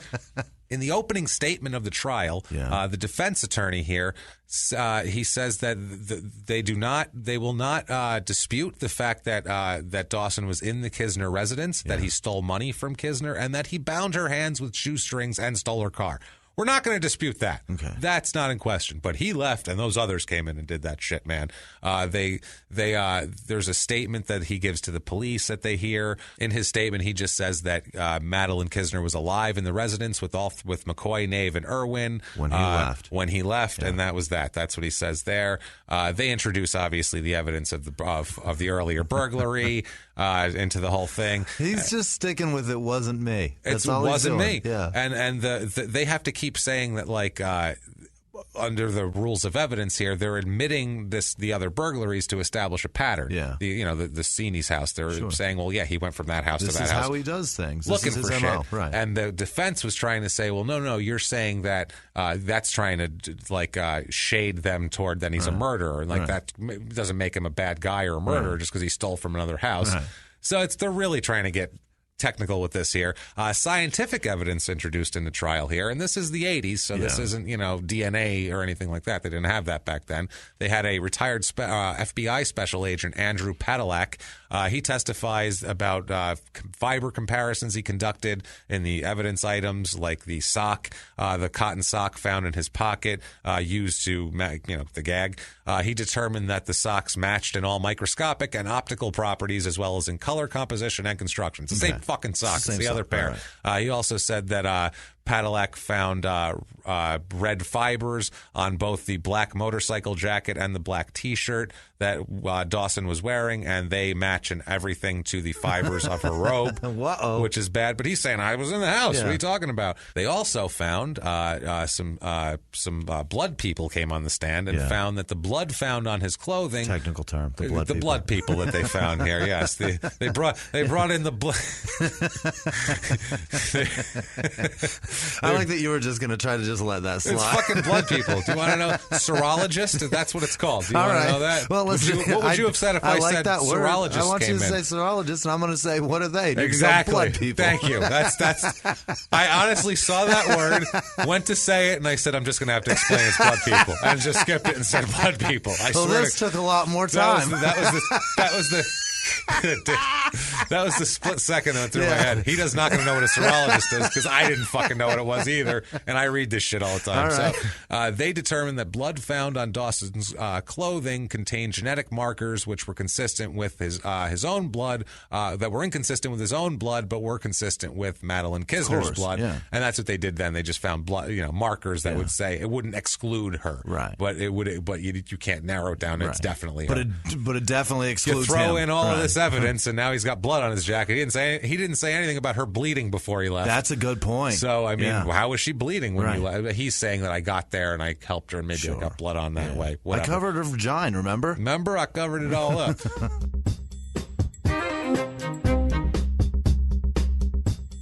Just going to take a quick break from the show to tell you about one of our sponsors, ProFlowers. ProFlowers.com. Do you know someone who is obsessed with fall things? Yeah. They're at Starbucks and getting pumpkin spice. Are you the pumpkin spice guy? I love it. Okay, well, the scented candles. I'm just kidding. The whole deal. Well, if anyone is that, Jimmy, I've seen him with the pumpkin spice. He actually does like it. He's lying to you. We have the perfect thing. We have the perfect gift for you for this upcoming season, a fresh bouquet of their favorite fall colors. How about that? Go ahead and order ProFlowers with confidence. Trust me, guys, we get ProFlowers over here at Small Town Murder, and they are fantastic. The flowers come, they are fresh as can be, beautifully boxed, nice vase, the whole deal, and they stay fresh. They have a 1-week freshness guarantee. And they stay so much longer. And they stay so much longer than that. Literally, I'm like, when are these flowers going to die? That's what happens. You really, really wonder. You got an upcoming birthday coming up. ProFlowers' best-selling cinnamon cider roses are a great option for a birthday and anniversary, any fall occasion. It does sound amazing. Or go with one of the classics like the 100 Autumn Blooms or a dozen Autumn Roses. Nice. You can't lose because no matter which bouquet you send,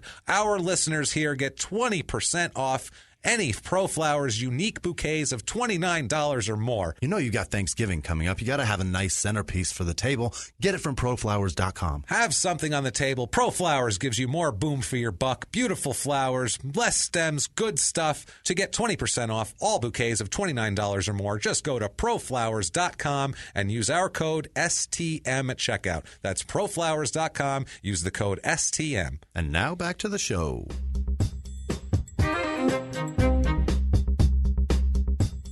The defense in the opening said, quote, "There will be evidence that, and the defendant does not dispute the fact that he tied Madeline Kisner's hands with her shoestrings, and that there will be evidence that the defendant does not dispute the fact that he stole Madeline Kisner's car that day. But ladies and gentlemen, the fact that David Dawson might be an escapee, the fact that David Dawson might be a thief, doesn't automatically mean, ladies and gentlemen, that he is a murderer. And that sounds bad, doesn't it?" I love lawyers. That's what he said. Like, I mean, obviously he's not a murderer. That lawyer's an asshole. Oh, total asshole. Might be, you motherfucker. He's escaped. That's a fact. It's the so fact ridiculous that he might. What a dickhole. Way to. Fucking unreal, man. The defense presents 3 witnesses during the guilt-innocence phase of the trial that have nothing to do with really anything. Yeah. They bring in Wilbert to say, I only saw 3 of them. They bring in anybody that they also try. He tried to say that. That the Nave's sister that picked them up was lying also. He wanted a perjury charge brought up on her because she said that she was there but didn't see him, and he said she never showed up at all, and it's bullshit. And he wanted perjury. He was literally, the lawyer had to make statements going, she needs to be brought up on perjury charges because she made a statement that was slightly different a year ago than she made now. What an asshole. In terms of timeline, not in terms of I didn't go or I went or I saw him or I didn't. That wasn't any of it. So this case is overwhelming. We gave you all of the evidence kind of from the trial in the beginning, but pretty overwhelming. Verdict finds him pretty quickly guilty of every count charged. They said, you got anything else? By the way, this is on June 24th, 1988. Dawson never testified. Of course not. He's not going to look good up there at all. No. With his squirrely ass beard, chin pubes hanging down. Fucking soul patch. God damn it. So he's found guilty on all charges. Like we said, obviously. I love this too, by the way, what the prosecutor said in his closing, just this quick thing. He says, quote, "What is about the Abaddon nickname? What purpose could there be in calling himself the angel of the bottomless pit?" Because they said that's the actual Webster's definition of it. They brought in a guy to testify. I know who Abaddon is, and I know exactly what that creature looks like. Go on. He said calling himself the angel of the bottomless pit, Abaddon, other than to tell people you better watch out for me. I am bad. I'm horrible. I'm a horrible person. Yes. He said this is not a passing phase, not a fad. No. It's he has marred his body with the tattoo. Yeah. That is not. It's on him forever. Once you have multiple swastika tattoos, you're locked into That's that not shit a fad anymore. For a while. Yeah. So penalty phase, no, not a fad. That's like stitching those fucking zebra print pants in the 80s to your legs. Yeah, that's stuck. That's what you're wearing that's now. That's you forever. Take that, Brent Michaels. That's all you. So penalty phase here. This is life or death they're choosing here. Life imprisonment or lethal injection. Aggravators for this. They have to find an aggravator to the murder. Murder was committed by a person who escaped from prison. That's one. Murder was committed while the defendant was engaged in the commission of a burglary or robbery. That's two. There you go. And murder was committed for just for gain. So those are 3. Yeah. So 1, 2, 3. You're out. The state contended her murder was in keeping with the incorrigible nature of Dawson's character. I love they called him incorrigible. That's so minimal. That sounds like a kid who won't eat their dinner. Like he won't eat his vegetables. He's being very incorrigible. Like that's, or a horny woman that just won't stop making sexual innuendo. This is not. Why a woman that won't? I don't know why that. I don't know why I said like a horny woman. How many horny women who won't stop making sexual innuendo have you ever run into? Well, it's cute when a woman does it. That's why it's incorrigible. When a man does it, he's a fucking monster. Either. Well, incorrigible is that means bad. Right. So it's a playful bad though. It's not fucking. It is. He's incorrigible. That one. Yeah. It's playful. It's not fucking murder. It's somebody that tickles. Yeah, it is. But tickles you in bad spots. That's right. Yes. It's a kid. Yeah. It's a horny woman. Or a horny woman. I was going to say or a horny woman kid. Either one maybe. There you never go. know. That's perfect for that. A horny young lady. A horny young lady. Because if a dude just got does a it, he's a tattoo piece just of up high shit. on her ankle of a cloud and some rainbows. So couldn't let that one pass here. Christ. Oh, man. The state also presented evidence of his extensive criminal history, his repeated convictions, his repeated escapes. So you can't even put him in prison. He's not safe there. He'll escape and then kill more people, as he just did there. Yeah, he did. He let you know. Yeah, they said the name Abaddon was like his career of crime characteristic of the persona that's like chosen by him. Like that was that's his guy. Character, basically. Yeah. They also and they connect it to it. They said it's relevant because it's it talks about his character, speaks to his character, that name, and it also identifies him because he introduced himself. And there's evidence with the postcard that connects him to that car and all that. So they're like, it's obviously him. He has a tattoo on his stomach. Fucking stomach. He introduces people to them as him. Yeah. They had expert testimony about the whole thing. It's tattooed in red ink, too, by the way. Really? Oh, you know what it is? That's because all they could get was a red pen in prison. It's fucking aggressive, man. That's super aggressive. They do that in prison, tattooing the whites of their eyes that color. Jesus Christ. They do them red or blue, depending on which fucking gang they're in. It's bananas. That seems really comfortable. That's ridiculous. They had the woman from the bar talk about how he introduced himself as Abaddon and said that he was very proudly said he was one of Satan's disciples. The whole deal, man. If Tupac robbed gun stores or anything and screamed out "Thug Life" and West Coast Death Row Records, you'd know who fucking did it. You'd know who did it. Exactly. That's the thing here. He's got it tattooed on his fucking stomach. You got it. That's it's our him. guy. That's our guy right there. He's signing shit. He's leaving things behind. He left a trail of shit. It's literally like a murder mystery. Right. This is like a murder mystery where the writers were like, well, we have to leave clues. Right. Like otherwise they're not. Well, we'll leave the pocket watch in the thing over here. We'll leave a postcard signed Abaddon. He introduced himself Abaddon. Tattoo. Connected. This is Agatha Christie all day. That's what this is. He left every bit of evidence where you'd watch a show and go, who's that stupid to leave the postcard behind? You have two possessions. You leave your address book in the thing, dummy. So he argues, the defense argues in the penalty phase, that the evidence about the Aryan Brotherhood and the name Abaddon are relevant to his character only to use as evidence against him that violates his. They basically said it's only relevant to violate his right of free speech and association. Okay. He says that they also say that by improperly injecting race and religion into the trial, his constitutional right to due process is violated. Okay. He said, and also they present two family members as witnesses at the penalty hearing to say, he's been a fucking disaster his whole life, and he's had it hard. This ain't the and first my one. Parents ran away, and blah blah blah, and a dad beat him, and the whole deal. So penalty verdict. There's a 2-day penalty hearing on June 28th, 1988. There's a jury of 8 men and 4 women. They take an hour and a half to unanimously recommend the death sentence. That's just filling out paperwork. Yeah. Let's kill this son of a bitch yesterday. Yeah. Moving on. Yeah. What do you guys want for lunch? Oh, yeah, we should fill that paperwork out, or our sandwich is going to be here soon. I think that's what happened here. Is Jimmy John's on its way? Jimmy John's coming? Freaky fast delivery. Let's go, guys. Gee, I want to get in and out of here in an hour and a half. They recommend the death penalty on all the counts, the whole deal. He's sentenced to death by lethal injection by the judge 2 days or a month later. So he takes the jury's recommendation. And automatic appeal. Automatic appeals coming up. Also, too, he's going to be incarcerated for a total of 100 years with the other convictions, which doesn't matter here. You're not getting out. You're not getting out. Ever. He files a motion for a new trial or at least a new penalty hearing. Files a motion to delay his sentencing. They were all denied, and he gets sentenced. Obviously, automatic appeal, timely notice of appeal, and the execution is stayed for the appeal because they set execution dates for like within a year. Really? And then you have automatic appeals that are just push it back automatically. Now, March 1990, direct appeal. He says that his conviction should be reversed because he was denied a fair trial and penalty hearing. They bring up a lot about the white supremacy and the Abaddon thing. They said that the state presented evidence relating to the theft of 2 vehicles, and they didn't have clear and convincing evidence to connect Dawson with either of the crimes. Your shit's in there. Your fingerprints are all over the fucking stuff. All over your Hers corn chip bag and your cigarette wrapper. He's leaving shit everywhere. Postcards in the other one. The postcard was in the other car. He left trails in every car just to make sure, Agatha Christie. Jesus Christ, man.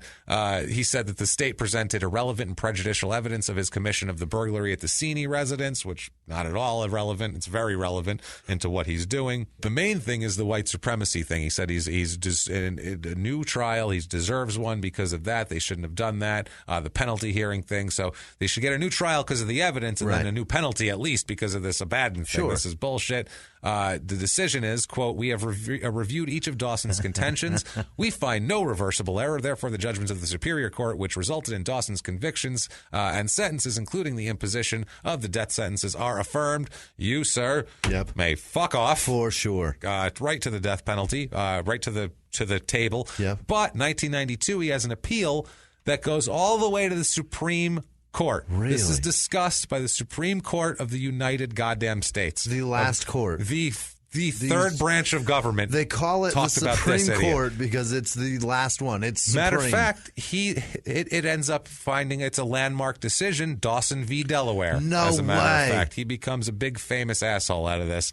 In an 8-1 decision, the court finds for Dawson. Really? In this. Yes, it's, like I said, now known as Dawson versus Delaware. They say that the Supreme Court ruled that a person's right of association and due process as granted under the First Amendment and 14th Amendment of the United States Constitution cannot be infringed upon in such as an association has no bearing on the case at hand. So they can't say you're a member of the Aryan Brotherhood, therefore we're going to put that we're going to use that against your character. Right. Yeah, you can't hold that against your character. We can't use that to damage you. So that's kind of fucked up. It's a little fucked up. Basically, the Rehnquist said, quote, one is left feeling, it was the Chief Justice before he died here, one is left feeling with feeling that the Aryan Brotherhood evidence was employed simply because the jury would find these beliefs morally reprehensible.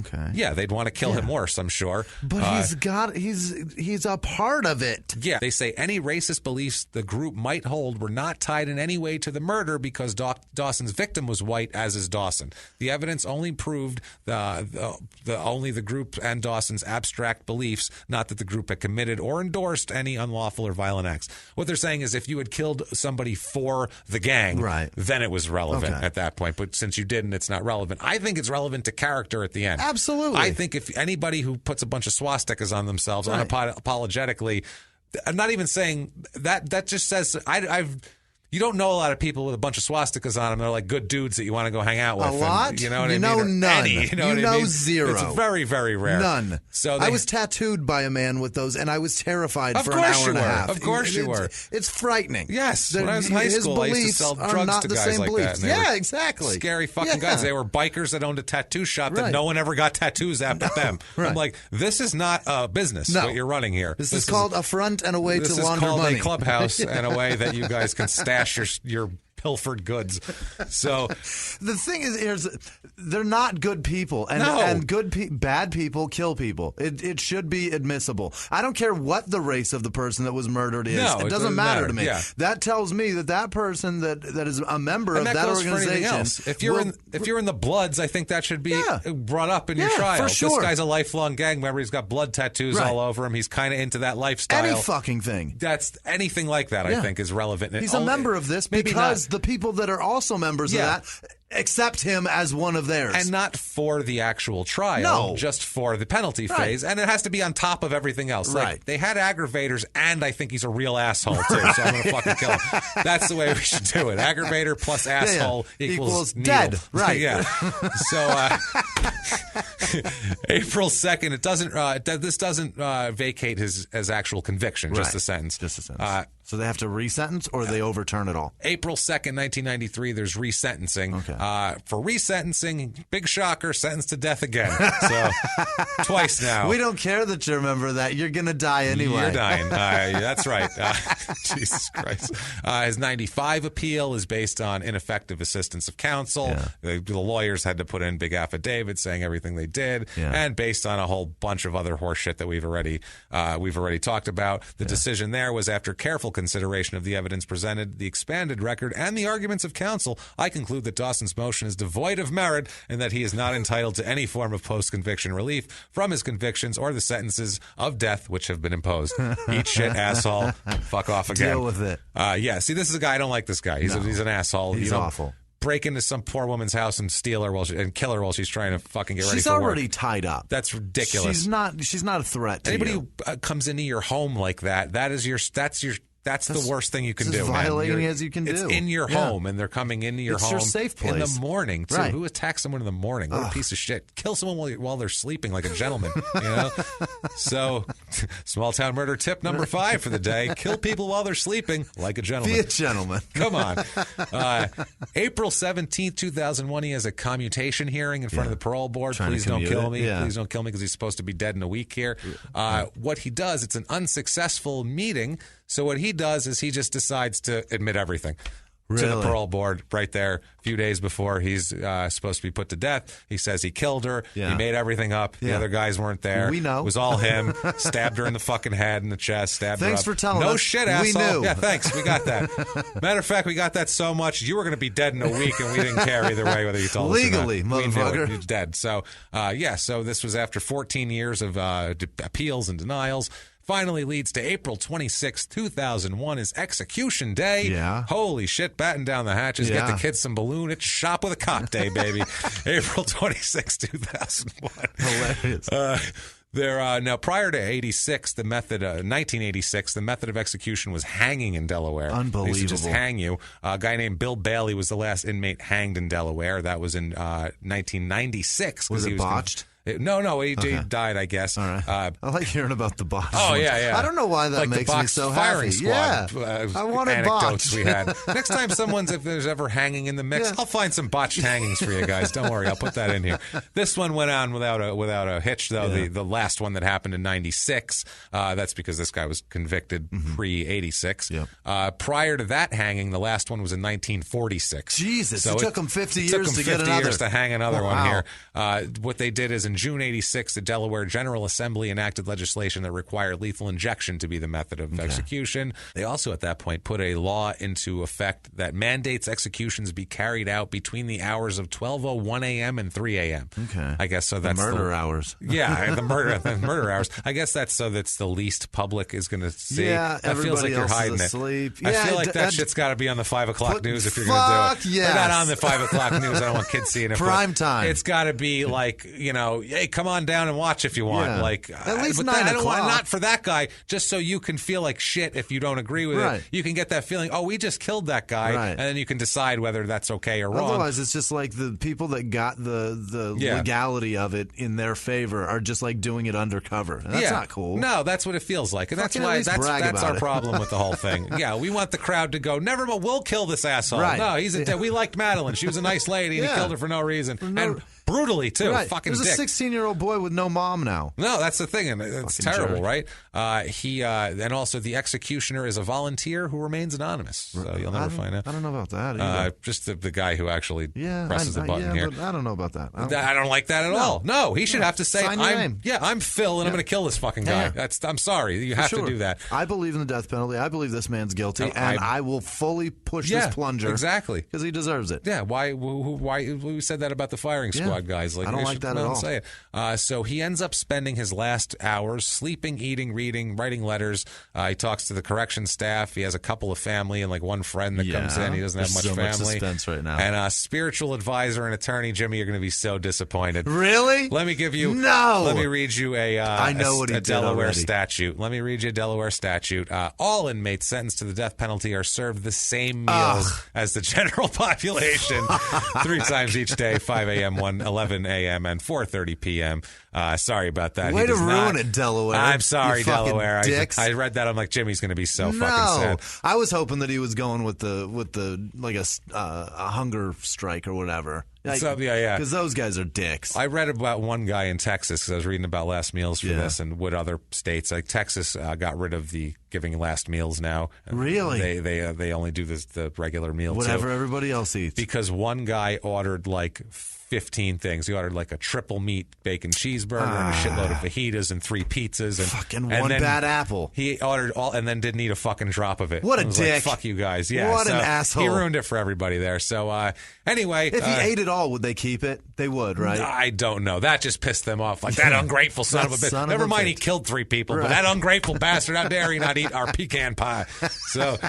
Fuck, man. The Department of Corrections does not allow members of the public to serve as witnesses to the execution. So, like, victims' families can't be there, anything like that. Only state officials. You're doing it wrong, Delaware. I'm saying Dawson was pronounced dead by lethal injection at 12:05 a.m. at the Delaware Correctional Facility, and Madeline was only 44, so he made it 2 more years than her. He got 46 out of it, and she only got 44, so he owes for those 2 years. Madeline Kisner is buried at the Oddfellows Cemetery in Camden, Delaware, nearby there. Wow. Sweet Pete. That's fucking heartbreaking, isn't it? That poor lady. I feel bad for her and her family. I really do. These cases always make me upset because he sat and gamed the system for so fucking long after he did this. These make me crazy because of the in the home aspect. Like sometimes when people are killed, you're like, well, they're out and about, and things happen when you're out and about, or that who knows if you're hanging out down by the reservoir, somebody might come and kill you. Or, she was in her house, man. She's in her house, getting ready for work. With it's in a town of 200 people. She's in her house in a house coat. If you said, what are the odds of someone breaking in and killing you, she would have been like, there's 200 people in this town. I'm in a house coat. No one's killing me. I'm fine. Forget everything else. It's just, what are the odds of you dying tonight? I'm in a house coat. Are you nuts? Talking about it. Totally fine here. Jimmy just found out what one is. That's how safe these things are. Do you find it as sexy as an apron or no? No, absolutely I'm not. happy to hear that, because that would have been... That is a terribly unsexy I would have taken you right from here to like a psychiatrist's office. The thing about an apron... He wants to fuck my grandma. Okay. The thing about an apron to me is that it shows and accentuates the hip area, which I fucking love, because it tightens right around that and it cinches it. It's amazing. You watched the Brady Bunch. You weren't into Marsha. You were into Alice. Fucking Alice, okay, man. Just checking on that. So, if you like that story, wow. If you fucking look at her from the neck down, Alice is great. My God. And ankles up. Those shoes are terrible. No, she's not great. I'm sorry. That's why she's banging Sam the Butcher, who also is not great. Her head is what got her Sam. No. Alice is built like a truck driver. She really is. Yes. Alice is. I like her. Her ass has been sitting in a seat on it for long hauls. And that apron cinches up around it. And long hauls too. Not this short shit either. Not back and forth. She's like not a gas 30-year deliveries across town. 30-year long haul. Sleeper 6 cab. states at a time. Sleeper cab type of deal. Just pull over in a rest stop and do it up. If you like that story, please get on iTunes and give us 5 stars. That would be so much appreciated. Or you can go to you can go to patreon.com/crimeinsports. You can make a donation there, or over at PayPal using our email address, which is crimeinsports@gmail.com. You can follow us at Murder Small on Twitter, facebook.com/smalltownpod. Yeah. We have a long list of producers. Before that, just want to hit you up. Live shows one more time today. Chicago, Illinois at Lincoln Hall. We're coming to you. We're coming to you December 14th. LH-ST.com is where you get your tickets there. February the 16th, we will be in Detroit. That is a stand-up comedy show, not a podcast. That is the two, as of right now, that's the two of us and the spectacular Dan Cummins of the hilarious Time Suck podcast. He'll be the headliner. And if that show sells really well in the next few weeks, there will be a late show that night that will be a podcast. Yes. It will be, call it Small Town Murder with a Time Suck twist. Yeah. Basically. And, of course, Dan Cummins you're goddamn right. Joining us for that. And so that will be, I can't tell you how good of a show that'll be. It's going to be insane. Collaborating with Dan will be fun in the writing process. We're going to have a blast. So I hope you guys give us a chance to do that. Also, and if you can't make it to Detroit that weekend, how about Sunday of that very same weekend, February the 18th, get to Boston. We will be at Laugh Boston doing both podcasts, just like Chicago. Early show is Crime and Sports. Late show is Small Town Murder. Get your tickets for that. And you better hurry. You better hurry, seriously. I can't believe how fast that one's selling. Yeah, the Boston one's selling really, really fast. Do that. It's just like this. We're gonna have a blast where you can see all the crazy shit that we're talking about and doing, and our, for sure, crazy articulations. And also, I put some visuals into it. We'll get some pictures. You can see what we're looking at, and you can laugh at people. We'll laugh at some blood people. Today, you could have laughed at his stupid goatee and hair. I could have shown it to you and go, look at this squirrely asshole. Don't you want to punch him in the dick? Don't you want it so bad? So come out, show the world that you want to see podcasts live, and buy some tickets for that, especially Chicago. That one's coming up really, really soon. Yeah. But it's like 6 weeks away. I know. It's crazy. It's very soon. So all that stuff out of the way. Jimmy, why don't you hit us with the list of producers, the most fantastic goddamn people that we've ever met in our lives that we haven't actually 6 met. weeks. It's actually 4 weeks. It's 4 weeks, it's 4 man. Weeks you guys away. get those tickets now. You guys, thank you so much. This week was incredible. Christiane Castaldi and Jess Landgren, again, like every goddamn week. They're the with best. Your murder payments. Thank you, guys. Sweethearts. God, thank you. Thank you so much. Chris Edgecombe, Sydney Woods. Why would I say Words? I don't know. Whose last name is Words? There's not a person on earth. Maybe, but more likely Woods. Yeah, it's Sydney Woods. Sherry Bullock, Michael Friend, Marina Ayala, like Tony Ayala. Yeah.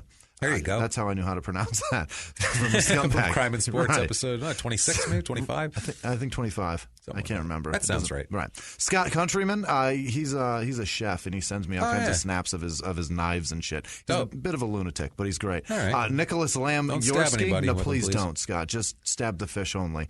Gavin Marsh, Eden's Edibles. I don't know what that is, but if they're a company, Eden's Edibles, so you patronize. Candy? I hope. Wouldn't that be great? I don't know. Send us weed. It's probably just food. We'll take food. Yeah, I'm in. Brett Barker, Heather happy to have Rylander. food. Yeah. And if you do weed and food, that's good too. Great. James loves that. Sure. Who doesn't? Clarence C. Brenchley, Angelo Flota. It's Flotta. That's Flotta. Yeah. Flotta.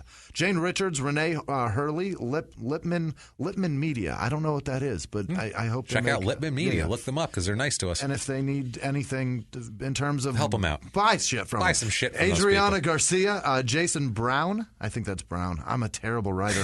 Rory Tulloch. Rory Tulloch. Yeah.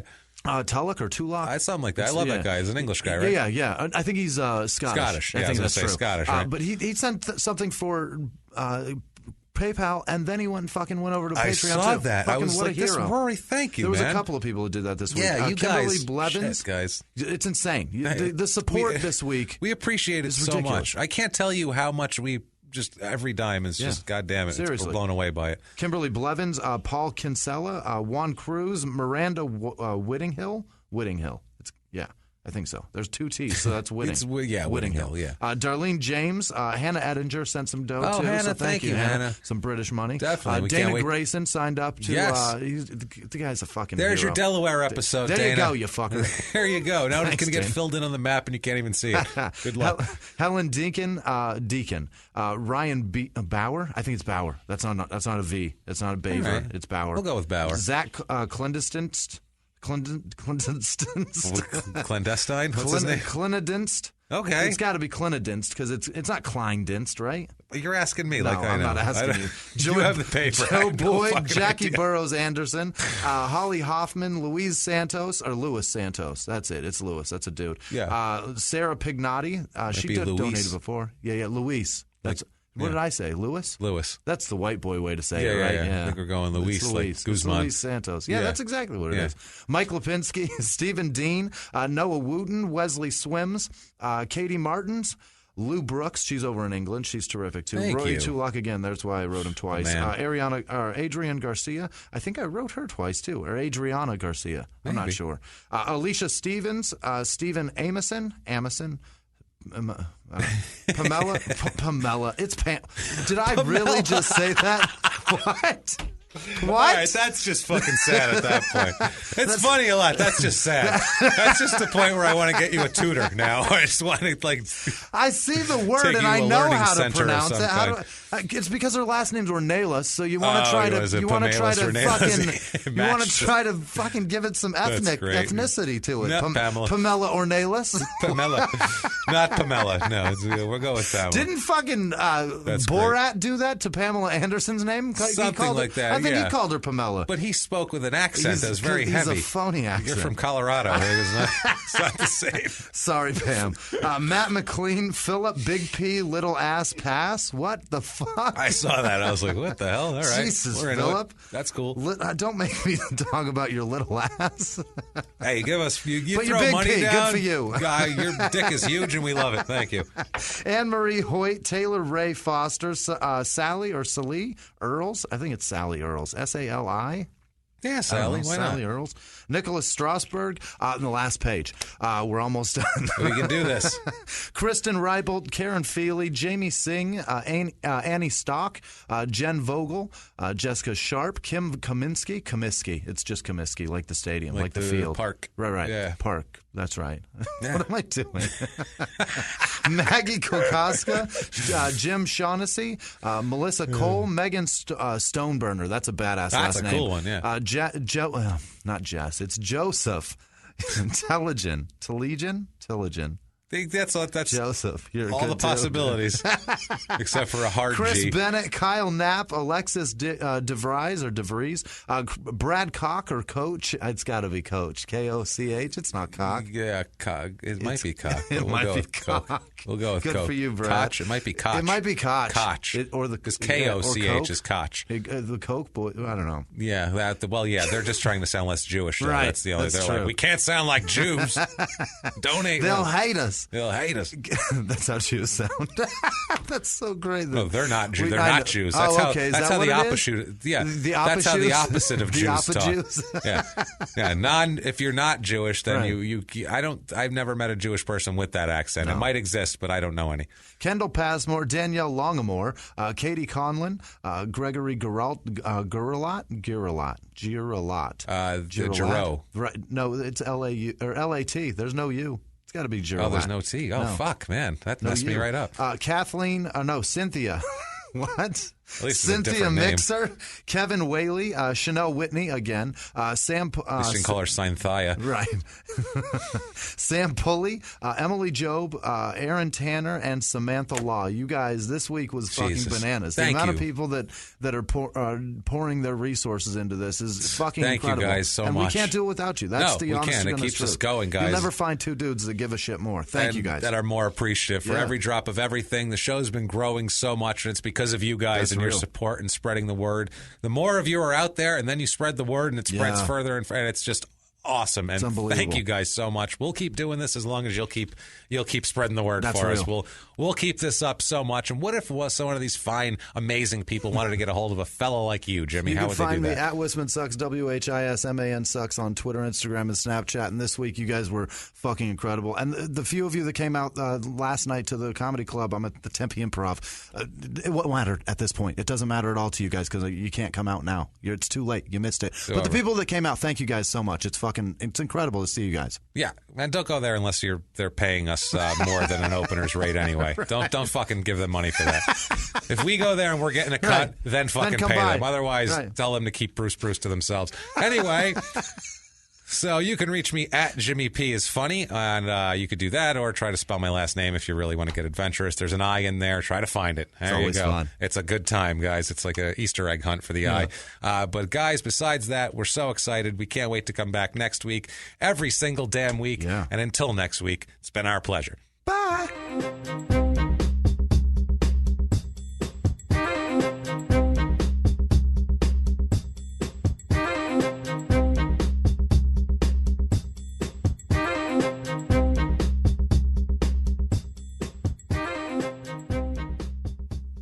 If you like Small Town Murder, you can listen early and ad-free now by joining Wondery Plus in the Wondery app or on Apple Podcasts. Prime members can listen early and ad-free on Amazon Music. Before you go, tell us about yourself by filling out a short survey at Wondery.com/survey. He was hip-hop's biggest mogul, the man who redefined fame, fortune, and the music industry. The first male rapper to be honored on the Hollywood Walk of Fame, Sean Diddy Combs. Diddy built an empire and lived a life most people only dream about. Everybody know ain't no party like a Diddy party, so. Yeah, that's what's up. But just as quickly as his empire rose, it came crashing down. Today I'm announcing the unsealing of a 3-count indictment, charging Sean Combs with racketeering conspiracy, sex trafficking, interstate transportation for prostitution. I was up. I hit rock bottom, but I made no excuses. I'm disgusted. I'm so sorry. Until you're wearing an orange jumpsuit, it's not real. Now it's real. From his meteoric rise to his shocking fall from grace, from law and crime, this is the rise and fall of Diddy. Listen to the rise and fall of Diddy exclusively with Wondery Plus